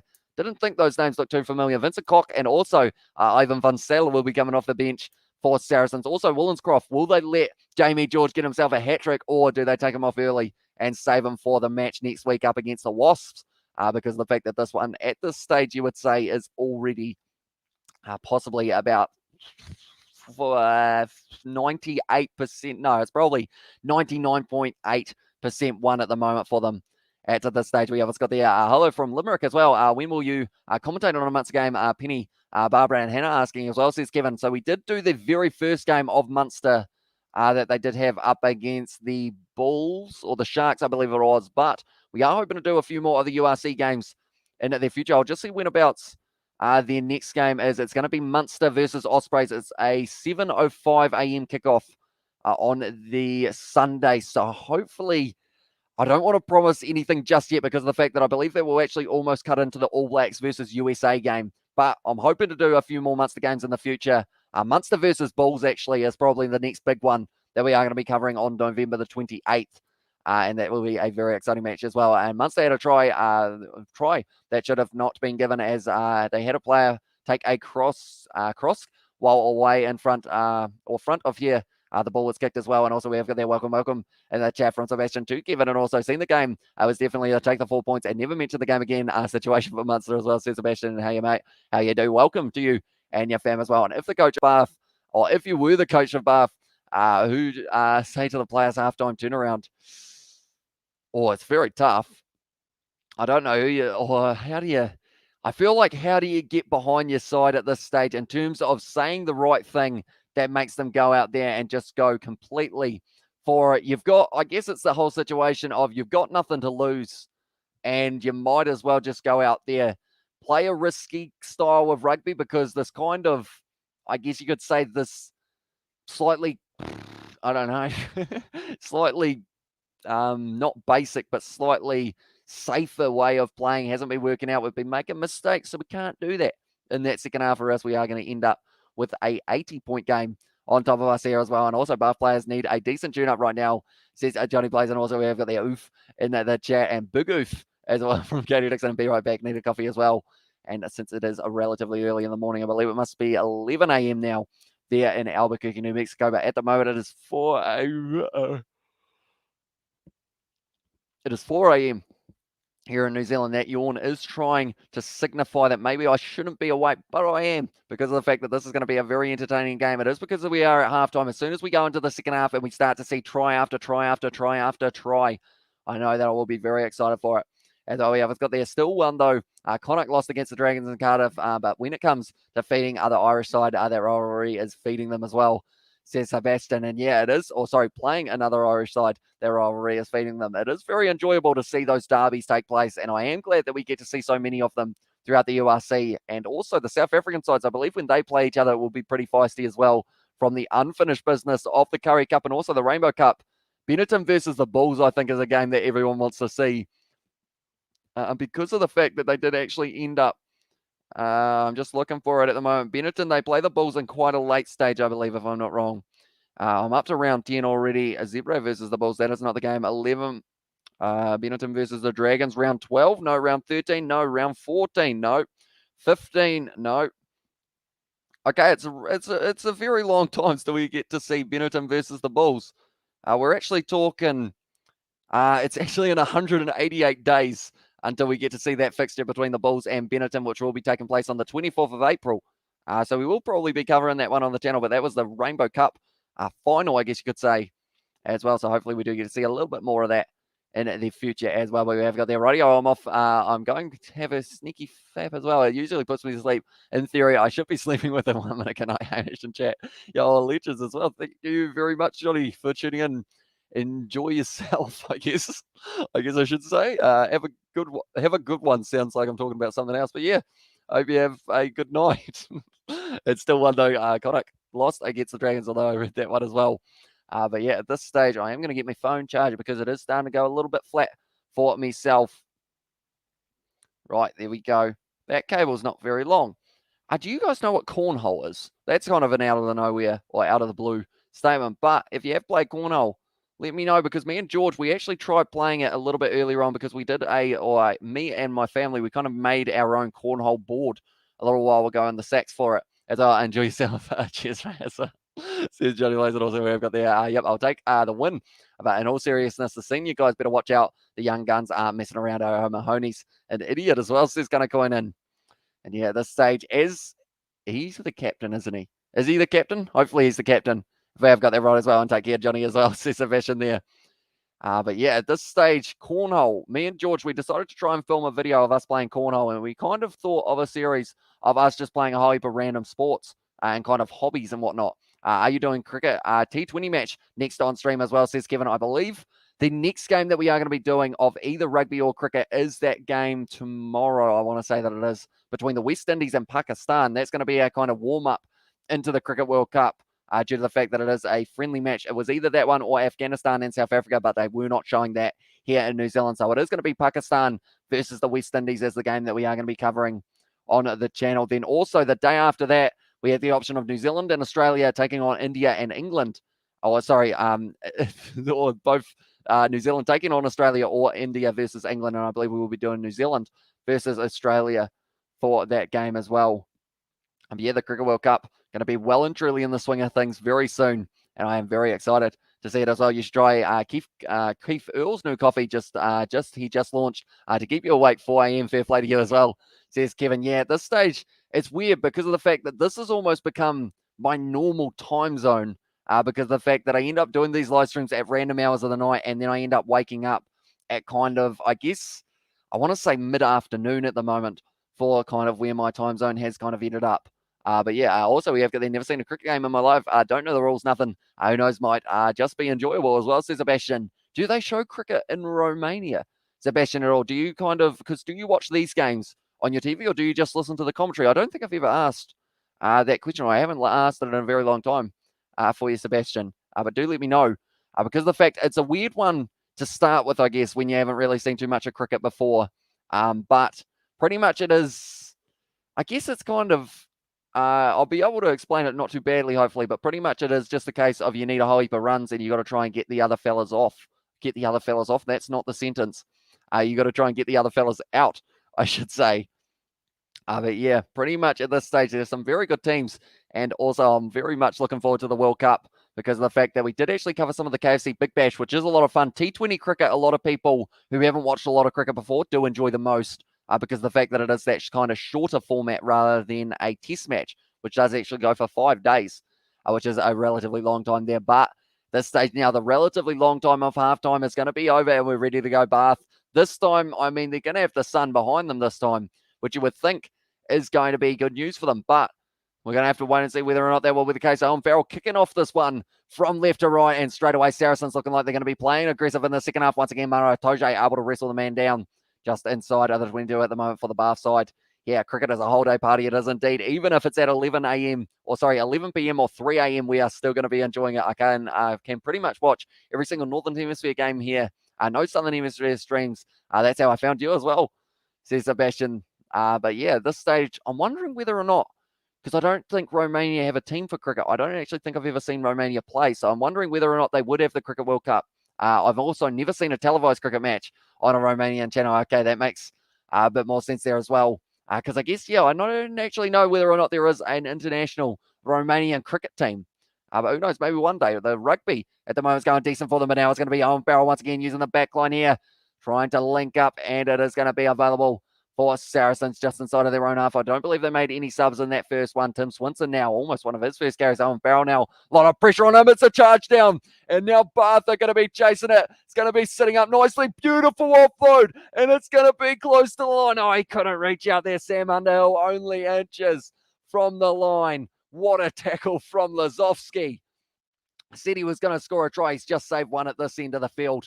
And Obano now, Bath. The crowd are getting behind them. Can they score themselves their first try of this match? Getting closer and closer.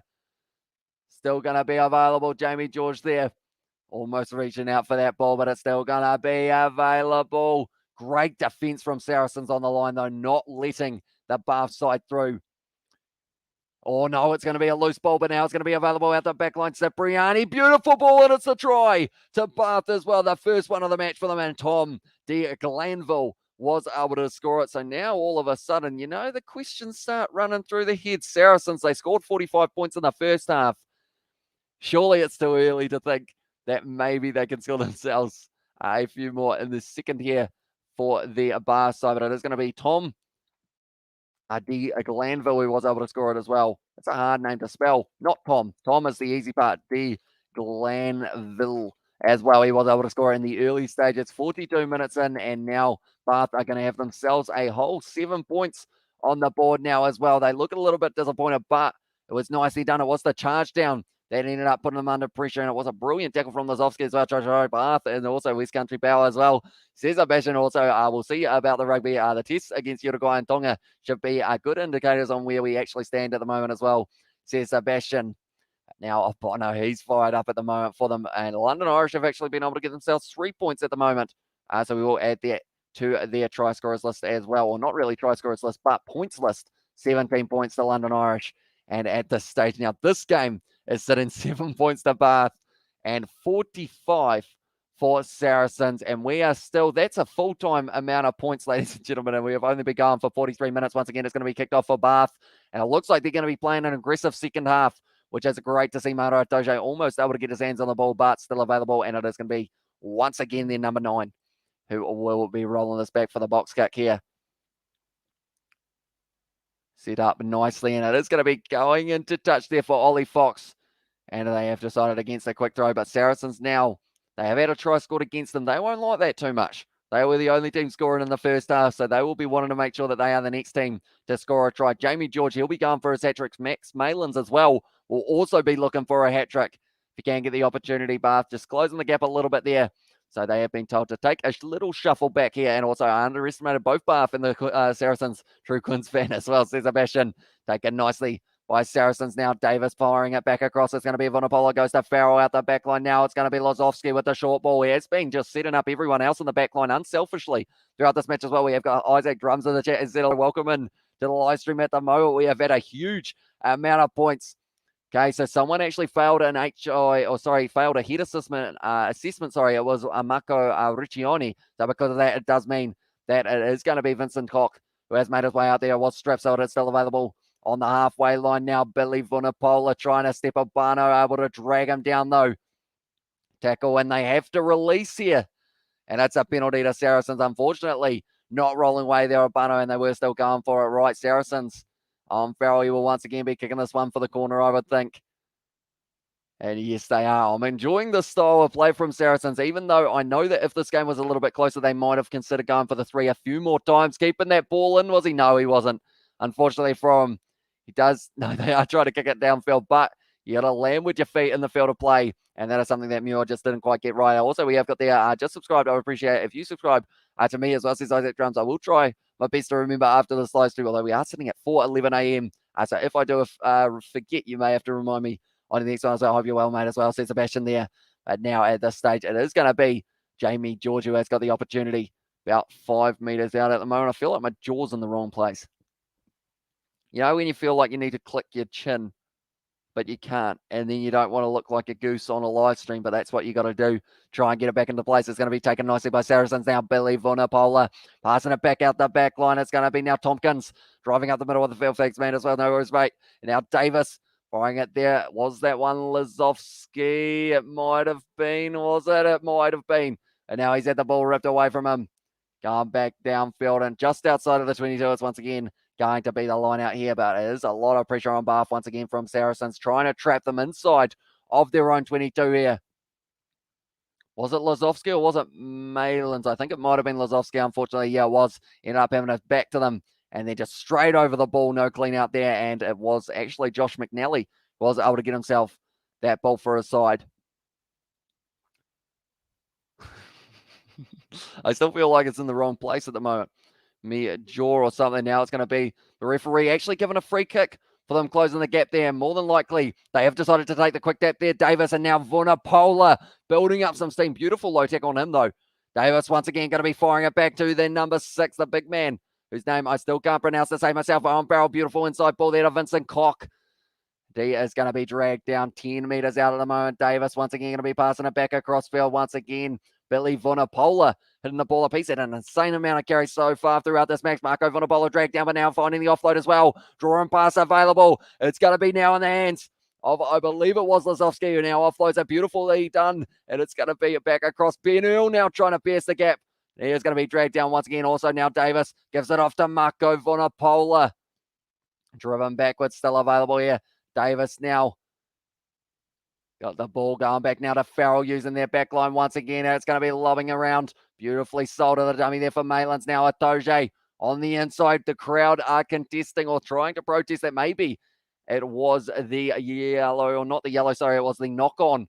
Or sorry, the full pass actually for Billy Vunipola going down once again here. Saracens, it seems like they are just continuing to build up, and they are just waiting for the opportunity. All the referee is getting hit with the ball, and now it's going to be a scrum, and that actually benefits Saracens at this stage, and West Indies as an entire Caribbean region as well, says Sebastian. Yeah, so pretty much, I believe the West Indies for cricket, I don't want to get this wrong, but I feel like I could end up having this wrong. It's pretty much, I want to say it's about 5 of the kind of Caribbean islands all combined into the one side, rather than having the separate ones such as Trinidad and Tobago and everyone like that. It kind of all comes together as the one side, and they're a very good side at T20. Chris Gale, if you haven't heard of him, Sebastian, you will see that that man can hit a long ball, and he just absolutely whacks it. We're seeing here Scotland, one fella switched from right-handed to left-handed, and I believe he had a 6 in doing so as well, which is very impressive from that man. But Tom de Glanville was the man who was able to score himself a try in the stage of the match. 47 in and Bath at the moment under pressure. Billy Vunipola, he loves himself a try.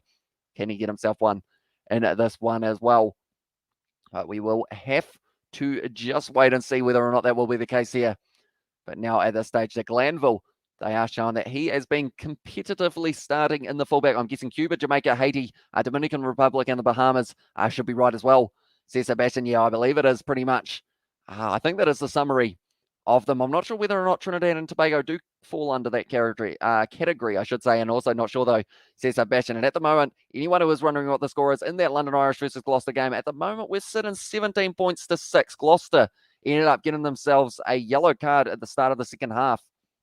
Martoje looks like he is in a little bit of discomfort, and it's actually going to be the end of his day, Martoje. So I believe it was just a little bit of an awkward fall for him here, and they have decided rather than risking him in a game that has already been won, they might as well take him off and give someone else an opportunity. So I believe more than likely that will be, who's the man on the bench? I'm trying to remember the name, and they are about to show it. It is going to be Christie, who is making his way out there. Back with tea and cones as well. What I miss as well, says Katie Dixon. You missed the try for Bath. They were actually able to score themselves one, but now on the 22 at the moment, it is going to be Saracens, who have once again got themselves a scrum feed.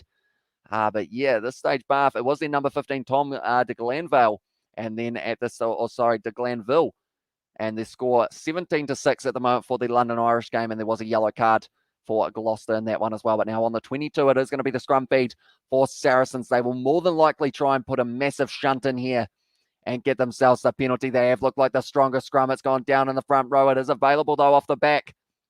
Davis now looping around. It's going to be Farrell, flat ball run by Tompkins, and now it's going to be available. It's going to be back out the back line. Oh, Good ended up just throwing it away, and it's going to be going back for the penalty for offside, though. And now he wants to take the quick tap. He's asking for the ball, and Davis is going to be doing so. Offloads it to Jamie George. Now Marco Vunipola driving his way forward, only 5 metres out now. Davis once again going back. Billy Vunipola now winding up the legs, getting extremely close now for themselves as well. Davis goes back. It's going to be Vunipola creeping closer. 5 metres out at the moment here for the Saracen side. It looks like Billy Vunipola once again wants that ball, and now it's going to be the advantage, so he might as well just go for it. He's going to be driven backwards in the tackle, though. Davis now sees the space on this far side. Wide cut out past Lazowski now. He's going to be nailed in the tackle, but now with the offload, and it's going to be Christie. Flicks it back on the inside to Lazowski once again. Still available for Saracens. They have been put under a little bit of pressure here from them, but it is looking like it's going to be opening up in that back line now. Back in the middle, Vincent Koch now just driving his way forward, and the referee has continued to let them use this advantage. They've got a new advantage now as well, so that means they can keep on going for it. Barrel, little grubber in behind. Is anyone going to get it? It's going to be Malins, though. It's been swatted back. What a bit of defence there from Bath. Now at this stage, still going to be available. Wide cutout pass. Is it a deliberate knockdown? Is it going to be a try? It is going to be going back for the penalty advantage. Can we expect a Jamie George hat-trick as well? I feel like we could at the moment because of the fact that it's either going to be him or Max Malins. He was so close, but somehow just able to stop him from putting down the ball. I'm not sure who that was, but he did an incredible job being able to stop him. I want to say it was Ollie Fox, but I could be wrong there. Bath versus Saracens highlights should stretch to 10+ minutes as well. The average video is 7 minutes, says Sebastian, and now it's going to be the quick tap. Billy Vunipola driving forward now, going to be tackled once again. Now they have been told against using it, or were they? It's going to be the penalty to Bath there. I think originally I heard the ref go, no. And then he was like, yeah, that'll do. And then he blew the whistle. I've got there. So the name of the cone, or of my cone, is Buddha Belly as well. If that doesn't fit the conversation we had earlier, and then I don't know what does as well. Now it's going to be driving down the middle of the field, Anthony Watson here for Bath. And they are trying to get themselves a quick break. Be able to score the try. It's a loose ball, but Owen Barrel knocked it on. Knock on from Owen Barrel, and it does now mean that Bath have got themselves the scrum feed. And at this stage now, Owen Barrel, he's looking like he's being punched in the middle of his head the way that his nose is cut at the moment. He is just asking the question. is just asking the question to the referee as well. Yeah, let's get there. Bath try not expected as well. Says it was Sebastian also. Well, how about that? But now they are making quite a few replacements. It is going to be the number 9 coming off the field there, Davis. Also, it will be the end of Vunipola's night. That's Marco Vunipola. And then I believe the other sub that they are making, it is going to be Jamie George. So he doesn't get himself the hat trick, unfortunately. Oh, by JV as well, says Katie Dixon. It does still mean, though, that there is a chance for Max Malins to be able to get himself one. But yeah, it is a shame that Jamie George is going to be going off the field. He has been working hard on this one. I win 200 pounds of Saracens. I win 200 pounds of Saracens win today. Reckon I can start spending it already as well, says Jack. I would say so, the way that they are playing at the moment. There is no chance of Bath catching them, but congratulations on your big win, mate. What did you put it on for? Was it just for them to win, or was it something else along those lines? Do let me know. Now, at this stage, they are just showing those Bath players in the back line. They are making their subs as well. I rolled 4 belters once at a birthday party. I named them Dick, Jason, Tim, and Damien after the 4 Robins as well, says Sebastian there. But now, Bath going to have this one 35 metres out from their own line. So they've made a couple of changes. It's going to be Funsale. Also, it was Wollenscroft and Maui making their way out there for Saracens. For the Bath side here, they have made the sub of, I believe it's Orlando Bailey making his way out there as well. And also Jack Lewis, congrats as well from Katie Dixon there. Trying to drive it forward here. Saracens gone up in the front row. And now it does mean that it is going to be another opportunity. But I'm excited to see Funsell get an opportunity at 9. I feel like it will be a little bit more of an aggressive number 9 than Davis was, because Davis was more of the distributor. I feel like I wouldn't be surprised to see Funsell try and pierce that gap around the side of the breakdown as well. Gloucester actually sitting on 11 points. I believe they have been able to score a try extremely recently, but misconversion, it was Morgan who was able to score it. And now at this stage, we will go like this, and we will go like this as well. And it is going to be 11 points to Gloucester and 17 to London Irish. So that's going to be a very close game by the looks of that. £400 stake for a double. Saracen to win and a tennis match to win. Both paying $1.25 each. $1.50 total for the double as well, says Jack. So congratulations there, mate. Well done. Have been able to nail it. And also the Batman conversion returns as well, or conversation returns. And also we have got there, you've picked a winner, mate. That's going to be the penalty to Bath. So now they are going to be trying to get themselves another try, perhaps in this one. They need another about 7, but, you know, if they get 1 or 2 more, sure, they wouldn't be hugely disappointed. I feel like the big thing here for Bath is they've got 28 minutes to score themselves 3 tries. They need a bonus point in this fixture just to be able to get something out of it, because at the moment their points differential has taken a huge hit, so every point will be crucial for them in the later stages of this competition. They don't want to be 13th, because if you're 13th, you don't get to take part in the Champions Cup or the Challenge Cup either.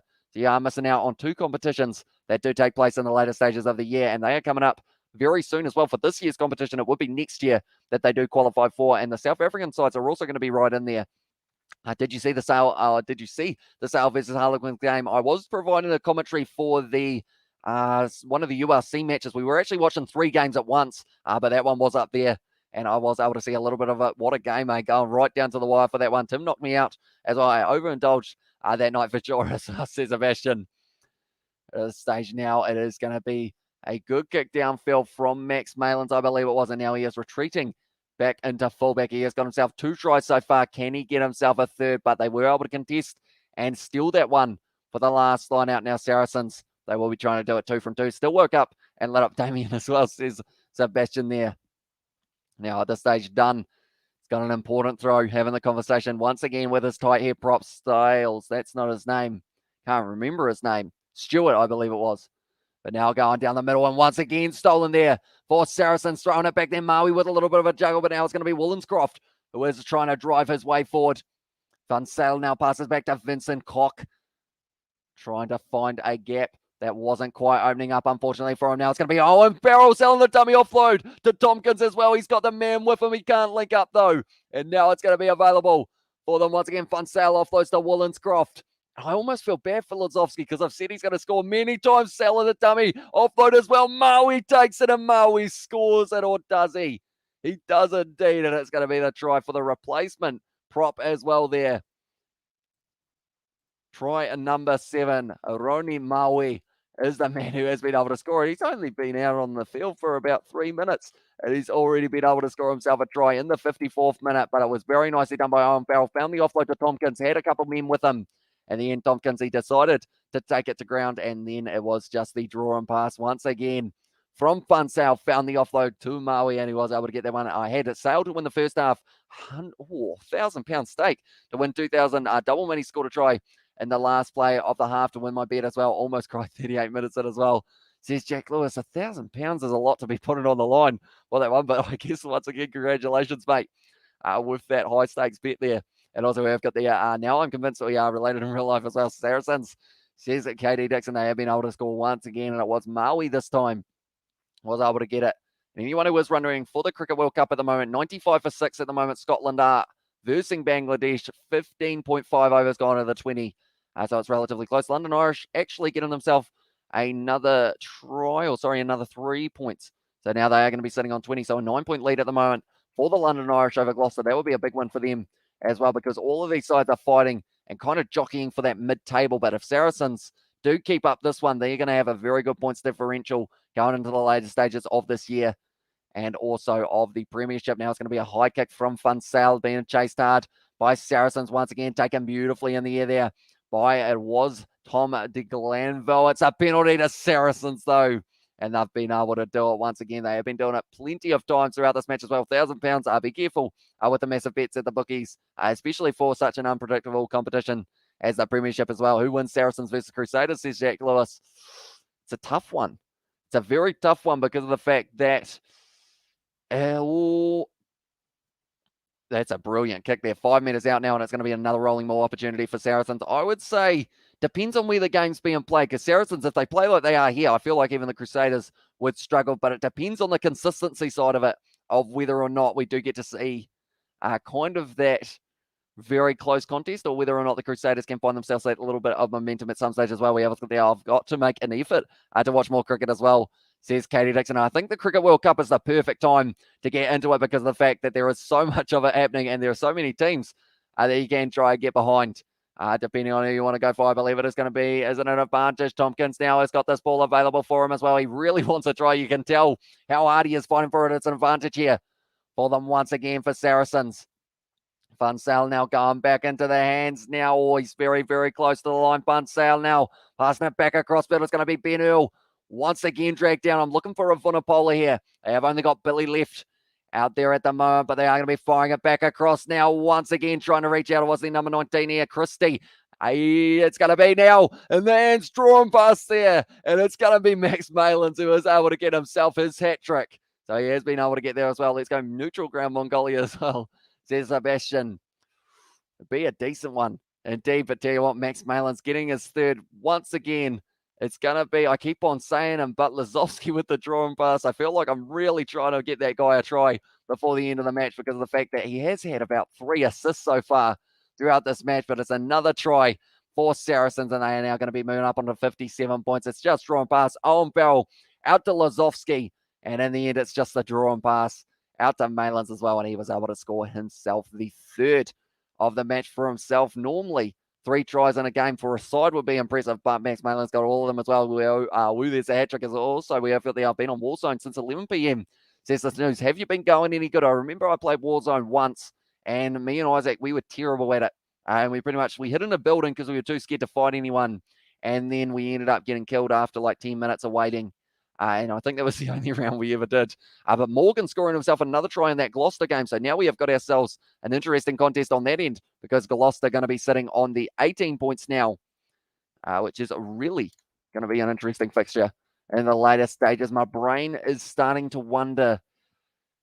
It's 4 hours away, 3.5 hours away. Farrell once again getting that one over. So now it's going to be 59 points to Saracens. Do I watch Joshua Tuasova in his first game back? I'm tempted, but I don't know whether I should as well. I'm terrible with this. And also, we have got there. Always have to pay my respects to the hat trick as well, says Sebastian. Also, I don't think I played COD since the first Black Ops came out. I believe the one that I spent the most time on was Call of Duty Ghosts and Warhawk. I'm not sure whether or not you guys know that map, but me and Dad, we used to spend hours and hours in that building, either sniping and having one of us watching the door for the Warhawk map and kind of doing that for a very long time. It was a lot of fun as well. I do miss playing COD Ghosts a little bit. Hat trick as well, says Katie Dixon there, or the 3 hats. But now at this stage, it is going to be once again Ivan Funsale who will be trying to put this one high with a box kick. But Saracens at the moment, how many tries have they got now? 8 I believe it is, or something. Oh, that's going to be tackled in the air, and it's a penalty now. And Christie is just trying to apologise to the man as well. He did say sorry because of the fact that he did just get the timing completely wrong there. He ended up almost going up and then ended up catching him. Did end up putting him down quite nicely for the situation that it was going to be in, though.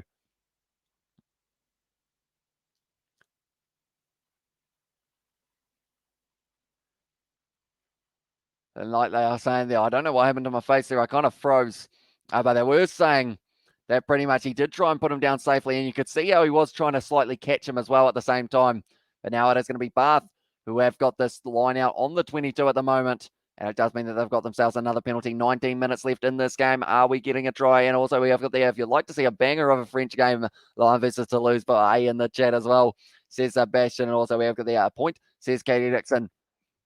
But yeah, at this stage, it is going to be Tom Dunn once again. Now on the 22, going into the hands of their replacement number 19. Using their backline, can Anthony Watson get himself a try here? We'll have to wait and see. It's going to be a triple blow of the whistle here. Oh. Okay, Anthony Watson does not look good at the moment here. Oh. Okay, he either pulled a calf or a hamstring, they have said there. Oh, no. I did say, is he going to be able to get himself a try? But I feel like he's just given himself maybe a season-ending injury, which is not ideal for Anthony Watson, unfortunately. Yeah, it didn't look good. He tried to step and he ended up just hopping. Nailed in the tackle by Maui as well, but now Eddie Jones is in the crowd, or he's in one of the coaching boxes, and he doesn't look too happy with that injury of Anthony Watson, but now he's going to get in a knee adjusted. I hate watching them kind of try and pop a knee into the right place. French rugby is so bizarre. You can have a useless side play at home and usually win. I don't get it. Why is home advantage in France so strong? Says Jack Lewis. I actually learned a little bit about this in recent times. Gloucester have taken the lead in their game. They've actually taken the lead, and it was a try to Lewis Rees-Zammit, who was able to score at the speedsy winger. He was able to get up. But pretty much I've learned that over there, it's very much kind of like your city is like your whole, I guess, your whole drive of playing the game in France. They've said about how the fact that if you get like a few losses in a row, the coach's head is on the line for those home fans. Also, you do see the factor of, okay, he's saying that he can continue, but this might not be too smart from Anthony Watson, depending on how it goes. We have got there his patella yikes as well. And Barrel going to be going off the field here, sitting next to Mara Toji, who has got a little bit of ice on the neck. But yeah, pretty much because of the fact that so many people in those towns support their teams, it means that you've got that extra drive to try and perform, or else you pretty much get almost, I guess you could say, demoted out of your own town, depending on how you've played Gallagher Premiership. It's pretty unpredictable as well. Look what the Sharks have done to the gods, says Sebastian, with the grind emoji there as well. Like they are saying, they're impressed with the bravery from Anthony Watson. This is why rugby is the best sport as well, says Katie Dixon. I really hope Anthony Watson doesn't end up hurting himself here, though, for the later stages. It's gone down on the front row, and it's a penalty to Saracens. The ground is getting very much torn to pieces at the moment every time there is a scrum at this stage. We have still got a total of 18 minutes left. I'm happy enough with that. It means that we could still have a few more. But now at this stage, the medic is having the chat with Anthony Watson here. He's trying to say maybe it's time that you should be going off the field, mate. And yeah, he is going to be going off. That is the smart move, I think, because of the fact that if he ends up getting himself injured now, would not be very smart as well. For example, it's only an example, Agen versus Toulouse. Would Agen be the favourites to win? Toulouse at home to Agen would be 60-0. Strange how home advantage counts so much out there as well, says Jack Lewis. Yeah, the odds overall for those French games are very hard to predict. Like, I did see there was a game. It was actually Toulouse versus someone. I can't quite remember who it was for the top 14, but the team that Toulouse were versing, they were at home, and they were leading, I think it was 8-0 at halftime, and then in that second half, Toulouse just turned it up. So I'm not sure what it is, but I think it's the atmosphere that really, like, the French play with a lot of passion. And when you have got that home crowd cheering you on, you hear the chants, you hear your name, and you want to make sure that you have a good performance for them. But yeah, they're probably, in terms of those home field advantage, I want to say it's one of the biggest advantages in France, which is why the World Cup is why France. Oh, Van Sale around the side. I did say that he might pick and go a couple more times. throughout this one. It's going to be almost a knock-on, was it? No, it's still going to be all right here. And it's going to be available for the back line once again. Believe on a polar wide cutout pass over the head of it was Zigwe. In the number 6 jersey driven backwards in the tackle by Bath, and also saying I mean somebody as well. Says Katie Dixon. USA Eagles by 40 home ground advantage as well. Imagine if they won that game. I don't think we'd hear the end of it in the New Zealand media and also from the All Black supporters, but it would be a very good game to watch as well. But now driving their way forward once again, it is going to be Sean Reffel. I believe he is out there replacing, I want to say it was the number 7, little chip of mine now, and it's straight almost into the hands. Oh, he had a bit of a juggle, but it is going to be going down for Seagun. And now at this stage, I'm trying to work out who Seagun has come on the field for. I believe it might actually be Lazowski, who has been replaced because Maitland is still out there. And also Andy Good is also there. I'm looking around. The 22 is there, the 12 is there. So I believe it is Lazowski who has been replaced. And also we have got to say, I mean somebody as well, says Katie Dixon. And also we have got their line tonight at home. Decide the decent side, yes, but to lose best in the world and line our favourites to win another example as well, says Jack. Yeah, I believe the odds in New Zealand were very close. I think it had $1. Oh, I think it was $1.77 in favour of Toulouse, but for them to be winning as many games as they are and Lyon to be the home side, like you mentioned, the odds can completely get swayed as well. But Lyon have always been a playoff side with decent odds as well, says Sebastian, and with Joshua Tuasova returning in the midfield as well. Hi, I'm back again, says Johan as well. Welcome back, mate. And everyone expects ABs to murder the USA live on TV, but I think we have a good chance to turn some heads and shock people. USA rugby is on the rise. I hope that they do have a good game because of the fact that the worst thing, the only problem is if USA have a good game, I don't think people will give them credit, which I feel like is pretty rough because of the fact that they will probably, like, if they have a good game, they deserve the praise, but people will go, oh, nah, the All Blacks played bad. But I feel like that's the wrong mindset. You got to look at the positives of both sides, which is why I love doing my commentary because of the fact that I look at the positives of both sides. I see what some sides are doing that maybe if someone was just going for one side, they wouldn't see, if that makes sense. So I am looking forward to seeing the USA, and I'm hoping that they do have a few things that I can praise them for throughout that match as well. Well, Saracens are battering Bath as well, says Johan. They are indeed. And at this stage, penalties conceded 10 against Saracens, but 11 against the side in the blue. Bath, like the water. Yes, the brain has stopped working. 4:36, but Wollenscroft now going to be going for this line now. Is Vunipola going to score a try? I'm not too sure anymore, unfortunately, for myself, but now going to the back, and it is available once again here for them, and now trying to march forward. It's going to be Wollenscroft at the back here, trying to get this ball available. I'm looking around. I'm not seeing a Vunipola. There he is. He is now ready for it. Does he get the ball? Does he take it? He's going to help Wollenscroft get forward. No, it is going to be going down once again here. It's going to be available for them once again. Funsale now going to be calling for some support runners. And it's a penalty to Bath, or sorry, a penalty to Saracens once again. And also we have got there, tell you what though, the Abbies didn't help with the Eagles' self-esteem with the last evening full game video as well. I didn't actually see what it was that wasn't a sentence. But I didn't actually see what the score was, and I feel like I'm going to actually watch that game a little bit later on. It's going to be the draw and pass, and it is going to be the try for the number 23. And it is going to be the replacement, Rotimi Seagun, who was able to score it. Rotimi, that's a hard name to spell. Rotimi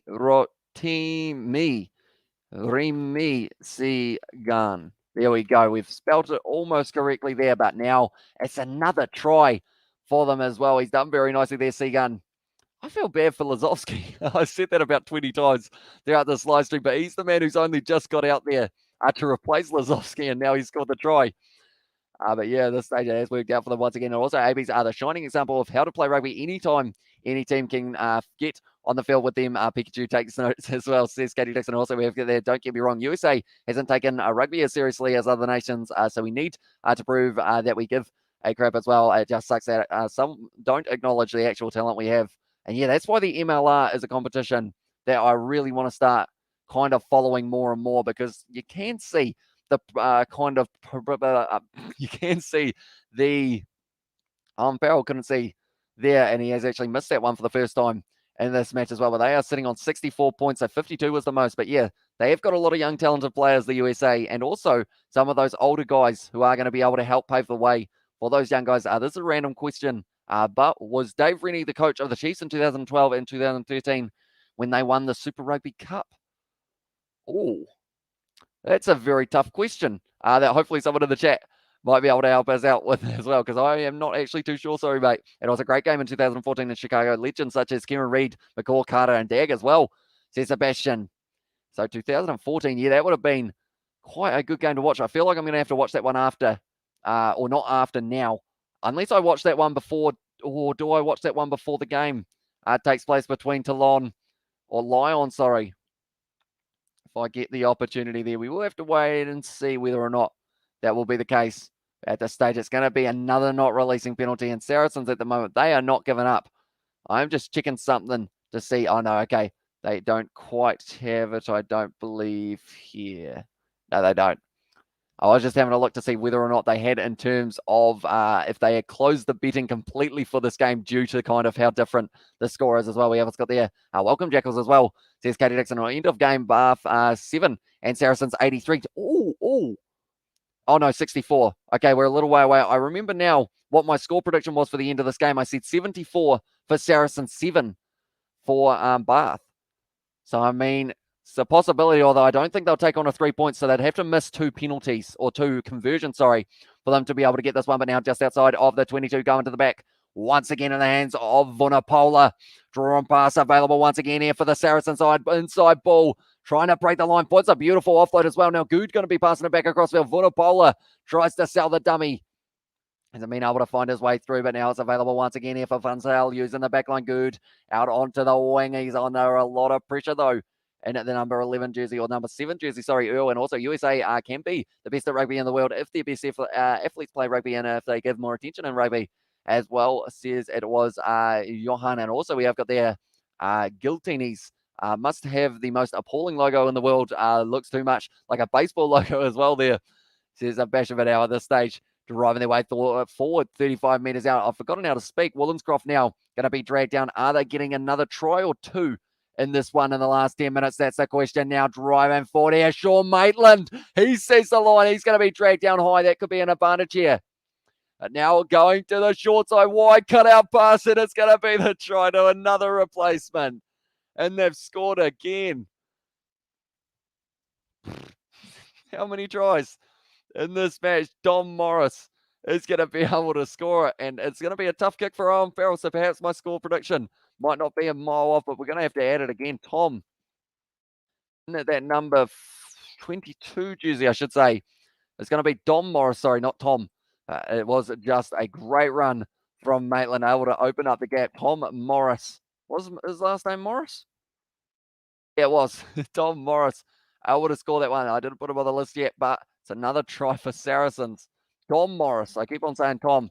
Don't know why I keep on saying Tom. There's a few Toms around at the moment, but it's another try. 71 minutes in, and Saracens have not finished yet in this game as well. Ravi Fair to the house as well. Welcome in to the live stream, mate. At the moment, you have come at a clinical time of this game because there have been so many tries at the moment. The Somerset Terror as well. Sebastian also, we try, and Tom Brady would make a decent centre as well. Sebastian also, we have got the imagine playing for Bath now. Must be hard to stay motivated and not want to just walk off as well, says Jack.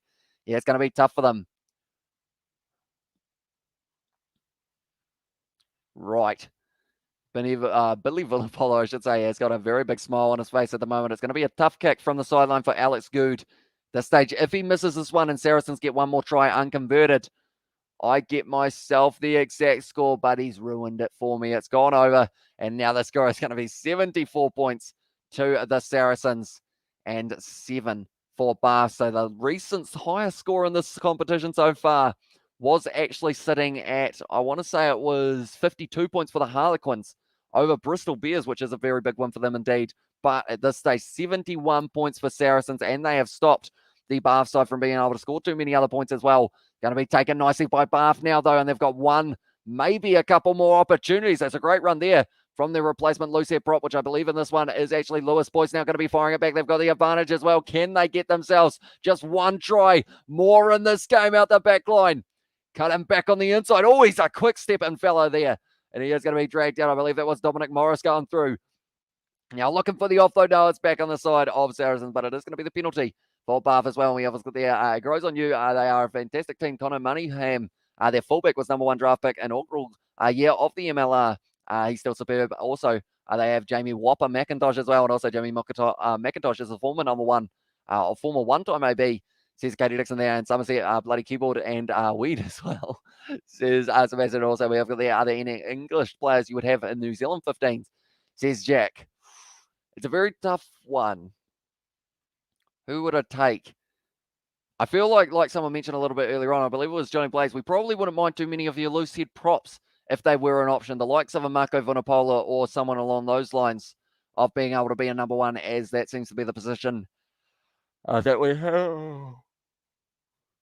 we haven't got as many stocks, and I guess you could say in Saracens a lot as well, says Rugby Fan. And also we have got there who would win if Saracens play the Harlequins. Luckily, we don't have to wait too long. I believe it is 2 weeks away. It's going to be the penalty once again for Bath. And it looks like they want to take the quick tap here. Does their number 9 take it, or do they go for the scrum instead? It looks like they're going to be going for the corner once again here. Sleepy Hamish as well, says Katie Dixon. Also, no highlights actually. Just post the full game. As I said, Sebastian, the highlights guy still has a chance to quit. But yeah, has to be 2 now as well, says Sebastian there. And also we have got their incredible, almost cricket score as well. Yeah, at this stage they're trying to keep up with Bangladesh and Scotland, who are playing in the T20 World Cup at the moment. We're going to get another try from Bath. I feel like we could. So hopefully we get one more try from them and then one more try from Saracens as well, just to add the icing on the cake and be able to get us closer and closer to 100 points between these two sides. It's going to Bath once again. It's nicely set here for the rolling maul marching. Are they still connected? He's dropping down to the knee. It's going to be the try to Bath. And they have been able to get themselves one, I believe. Actually, yes, it was. It's the man in the number 2 jersey. He's worked hard throughout this whole match, and he has now been able to get himself the try. Tom Dunn scores it. Or does he? No, they aren't showing Tom Dunn. It wasn't him. Did end up with the hands on the ball in the end. I believe it was actually the number 20, Tom Ellis, who was able to get that one down. So we will add that one to the try scorers list as well. Tom Ellis able to score it. We will add that one. Everyone's called Tom who has scored a try for Bath. Maybe they need a few more Toms for the next match. But Tom Ellis, the man who has, he hasn't struck that one well, unfortunately for them. But it did not matter too much because of the fact that we are still up to the stage of it getting very close to 90 points in this game as well, which is very impressive. If we get a 7-pointer from Saracens or from Bath, that will be 90 points in this game as well. And also, has anyone noticed Saracens isn't much different from their point deductor side? They only lost 2 players from that side. Not sure how they are still fielding a side of superstars as well, says Jack Lewis. And also we've got there the Kiwi Lads bunker as well, says Katie Dixon. Also we have got there, y'all should get some bunk beds in the Kiwi Lads shed as well, says Katie Dixon. I mean, it isn't the biggest room, but I mean, we have got a couch out there at the moment. We were actually looking at it today, me and George, to see whether or not we can try and get ourselves into that situation of having it set up. I believe the easiest way of doing it was going to be I'd have to buy another modem. Going through the gap once again here for Bath, and now they want another try. It's going for the 50-22. There is no one back there, and it is going into touch. It's a 50-22 there, and that was nicely done by the Bath replacement fly-off, I believe it was, if I'm not wrong.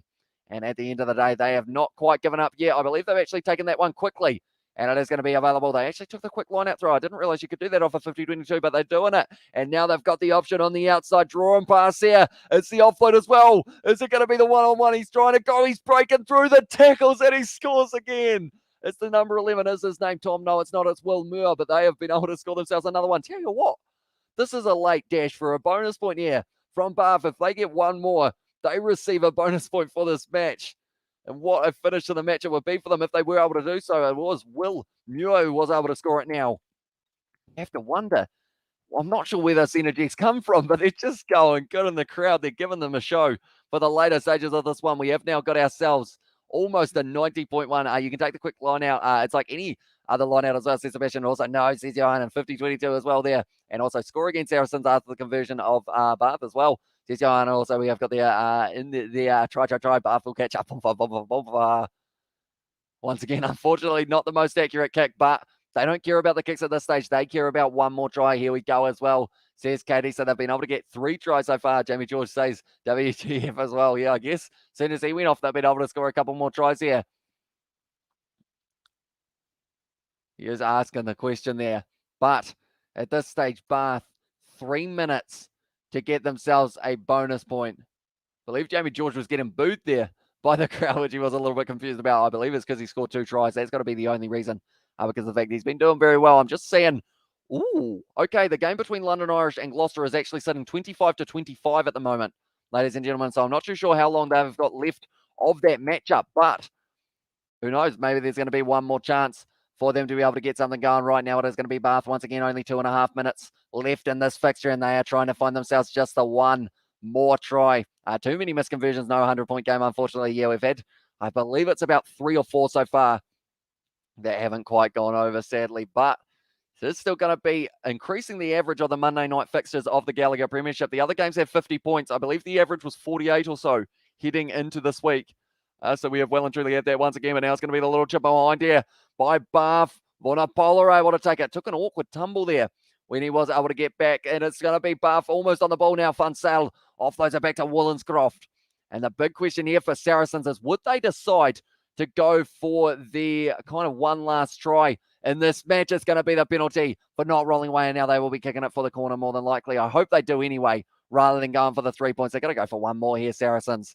Get themselves down there, and they don't want to give the opportunity to Bath to be able to be back a little bit further forward. But Max Maitland's Gallagher Premiership man of the match because of the fact he was able to get himself the 3 tries as well. Very impressive. Please tell me they're kicking for the corner here.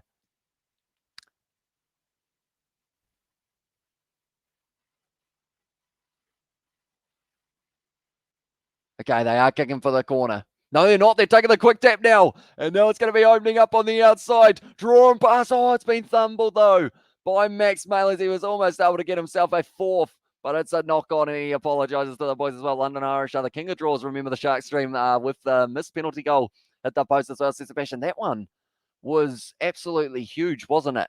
If I'm not wrong, he kicked it from about 50-something metres out, and unfortunately at the post, but that was a 31-31 or 33-33. Man of the match fumble as well, says Katie Dixon. Would Jamie George have dropped it? Probably not. You know, give him man of the match there. Now, Bath are going to have this one once again inside of their own 22, straight on the ball for Saracens, though not rolling away as the course. And now Bath are going to be able to kick this one down the field a little bit further. They're going to take the quick tap rather than kicking it for the touchline, not relying on their line out here, trying to rely on the quick feet of their backs at 31-31 as well, says Sebastian. And yeah, we did do that game on the channel as well. It was a very exciting one right till the end. Jamie George would never let this happen as well. That's going to be the little chip in behind once again here from them. Sitting up for Maitland, taking it nicely. Saracen's going to do one more attacking maneuver. I feel like at this stage, they will do one phase and then they will close out this game because of the fact that they might as well take that stage of not having the extra bonus point. Funsale fires it back, and now Maitland kicks it into touch, and that's going to be the end of the game. Saracens able to get a massive win over Bath, who did fight back well in the later stages of the game, but it was just too little, too late. 71 points to 17. I'm not sure how many minutes we are through the London Irish versus Gloucester game, but they are sitting at possibly around, I want to say it's 68 minutes, but I could be well and truly wrong. That is the last time we had a conversion. It was actually missed by Paddy Jackson. That would have given them the lead. I'm wondering where we are up to in that game as well. I might actually have a quick look to see whether or not Flash Score, of all people, might be able to have that game available for us to have a quick look at. So what we will do is we will go here, and then we will go to here as well, and we will stop the screen sharing just for now. We'll go here. No, we won't. That's the wrong button. Is it? No, might not be. Yeah, it is actually. Right, one moment, ladies and gentlemen. I will quickly get you up the fixture so that we can see exactly how long is left. I believe we're up to 75 minutes in that game, though. So, 79 minutes left. But of course, Flash Score sometimes like to jump the gun just a little bit more than the other times. We got this one. We haven't really. There we go. There we go. And we will go like that and like this. And then we go like this as well. And then we go here. We go, where am I? We are here. No, that's the wrong one. One moment. There we go. We are about 88 points as well. Very impressive game of a rugby with the fact that it was able to be that high scoring throughout the whole one as well. There we go. We will put that one up on the screen as well so that we can see it. But for this game, it was 71 points to 17, which is just an absolutely incredible scoreline. We will put down the bottom here. It was a Bath sitting on 17 and Saracens sitting on 71 as well. Bath 17, Saracens 71 with a bonus point. They were almost able to sneak one at the very end of that game, Bath, to be able to get something out of that fixture, but in the end, Saracens just a little bit too strong. And at this stage now, 25-25 for the London Irish game. We're going to not leave the live stream until we get to see who wins that game because it's going to be very close as well. 10-10 GG, as it well, says Katie Dixon. And also, we have got the 10 out of 10s from Sebastian there as well. But I'm hoping to see someone get themselves some pointers in that game. London Irish game wearing me out as well, says Katie Dixon. Of course, you will actually be able to see that one live, won't you, Katie? So it must be very close to the end of that game, I would think. Flash score, they sometimes get about 2 minutes ahead, but who knows? Maybe they will be able to see the final try of this one as well. They've actually got the highlights from the Bristol Bears taking on Leicester, which was a very nice try there for the Bristol Bears, but I believe it didn't last for them in that one. Saracens have scored 10 tries. West London Derby will be lit as well, says Sebastian. Now, I believe, don't be too disappointed in me, Sebastian. That is when it's Saracens versus London, or sorry, not London Irish. Saracens versus Harlequins, hopefully, if I'm not wrong there. But we are still seeing 25-25 in that game between those two sides, London Irish and Gloucester. Is it going to be another draw for them? But Saracens, they have done very nicely. Yeah, I'm watching them both live on one on iPad, one on Mac as well, says Katie Dixon. And yeah, at this stage, I really want to stay up for that game at 8:05, but I feel like it wouldn't be a smart decision with the fact that we have got a late night live stream tomorrow night as well. Saracens versus Harlequins as well, says Sebastian. And while we're at it, actually, I'm going to see when that fixture is going to be taking place tomorrow, or sorry, next week. It is going to be Saracens versus the Wasps. Then the week after that, 4 a.m. on Monday, the 1st of November, there's going to be Harlequins versus Saracens. That's a late night game, but I believe, if I'm not wrong, I'm hoping there's not too many other fixtures on the 1st of November. I'm going to have a quick look at that as well. I actually ended up doing my schedule right through to the end of the year in terms of trying to work out exactly when all of the games are taking place. So the 1st of November, what do we got lined up? We have got, I missed my kind of keyboard. I tried to put my elbow on it and kind of went straight down. It's Harlequins versus Saracens at 4 a.m., but at 3 a.m., it's the Cricket World Cup, India versus New Zealand. That's a difficult decision. A Halloween night as well, says Sebastian. That is true. We are going to have a Halloween costume this year because of the fact that I felt like you guys in the chat have probably brought out the Halloween spirit of myself for that one. But anyone who is just tuning in now, 71 points to Saracens and 17 to Bath. We are waiting to see whether or not there is going to be a winner in the London Irish versus Gloucester game as well. While we are just waiting for that to happen, that is going to be a game as well, says Katie Dixon. Yeah, it is a shame that the Cricket World Cup is going to be overlapping with that one, so I have to decide at the time what one I do want to do. But if I do one of them, the certainty is that it is going to be on the other screen, so I can keep you guys informed about what is happening in that fixture as well. And I might even have, actually, I could get away with having the England versus New Zealand women's game of rugby on another screen as well. I'll try and do like a multi-stream like I did that other time. It's spooky season, fam, as well, says Katie Dixon. I'm slowly resting in my chair. It's quite comfy, even though it's not comfy at the same time. You know when any chair feels comfy because of the fact that you've been like sitting on it for a long time, and as soon as you move, it's like, that's nice. It's what I got at the moment. Still no winner of this one. I'm not sure where they are on the field because of the fact that they aren't actually showing it here in New Zealand. We got the pumpkins in the chat from Katie Dixon and also Sebastian there. At this stage, I believe they're actually showing the highlights of the Bristol Bears versus Leicester game. I can't remember who won that one, but I believe it wasn't Bristol because of the fact that unfortunately they haven't had the best season so far. But anyone who is wondering who scored the tries, there's plenty of them. Saracens we will start with because of the fact that we were able to get 10. Mara Itoje, Max Malins, who was able to get himself the hat-trick. Also, we have got there as well that it is Jamie George got 2, Benur got 1, Ironi Mawai only on the field for a couple minutes, getting himself 1 as soon as he got out there. Rotimi Sigan, and then Don Morris in the 71st. Then Bath, it is going to be Tom D. Glanville. He actually had one of the best games out of anyone for Bath as well. And then Tom Ellis and Will Muir both scoring back-to-back tries, but not quite able to get themselves into that position to get in the penalty loss. They have tweeted that the game is done as well, says Isaac Drums. And also we have got their Leicester Tigers 5 for 5 as well, says Sebastian. Yeah, they're very impressive. I will show the table for you guys while we are at it as well. So you can see exactly how everything is sitting. So at this stage, Bath do not receive the bonus point. They are the side sitting on 3 points at the moment. But Saracens, they get the bonus point win, and they also increase their points differential drastically for this fixture. They are able to increase it by, I want to say it's by quite a few, but I can't quite think of the maths off the top of my head. But one thing is for sure, and they are going to be sitting right up here in 3rd place with a game in hand over a couple of the other teams. Harlequins still have that extra game, and so do Northampton, but they've had the game less than Exeter there.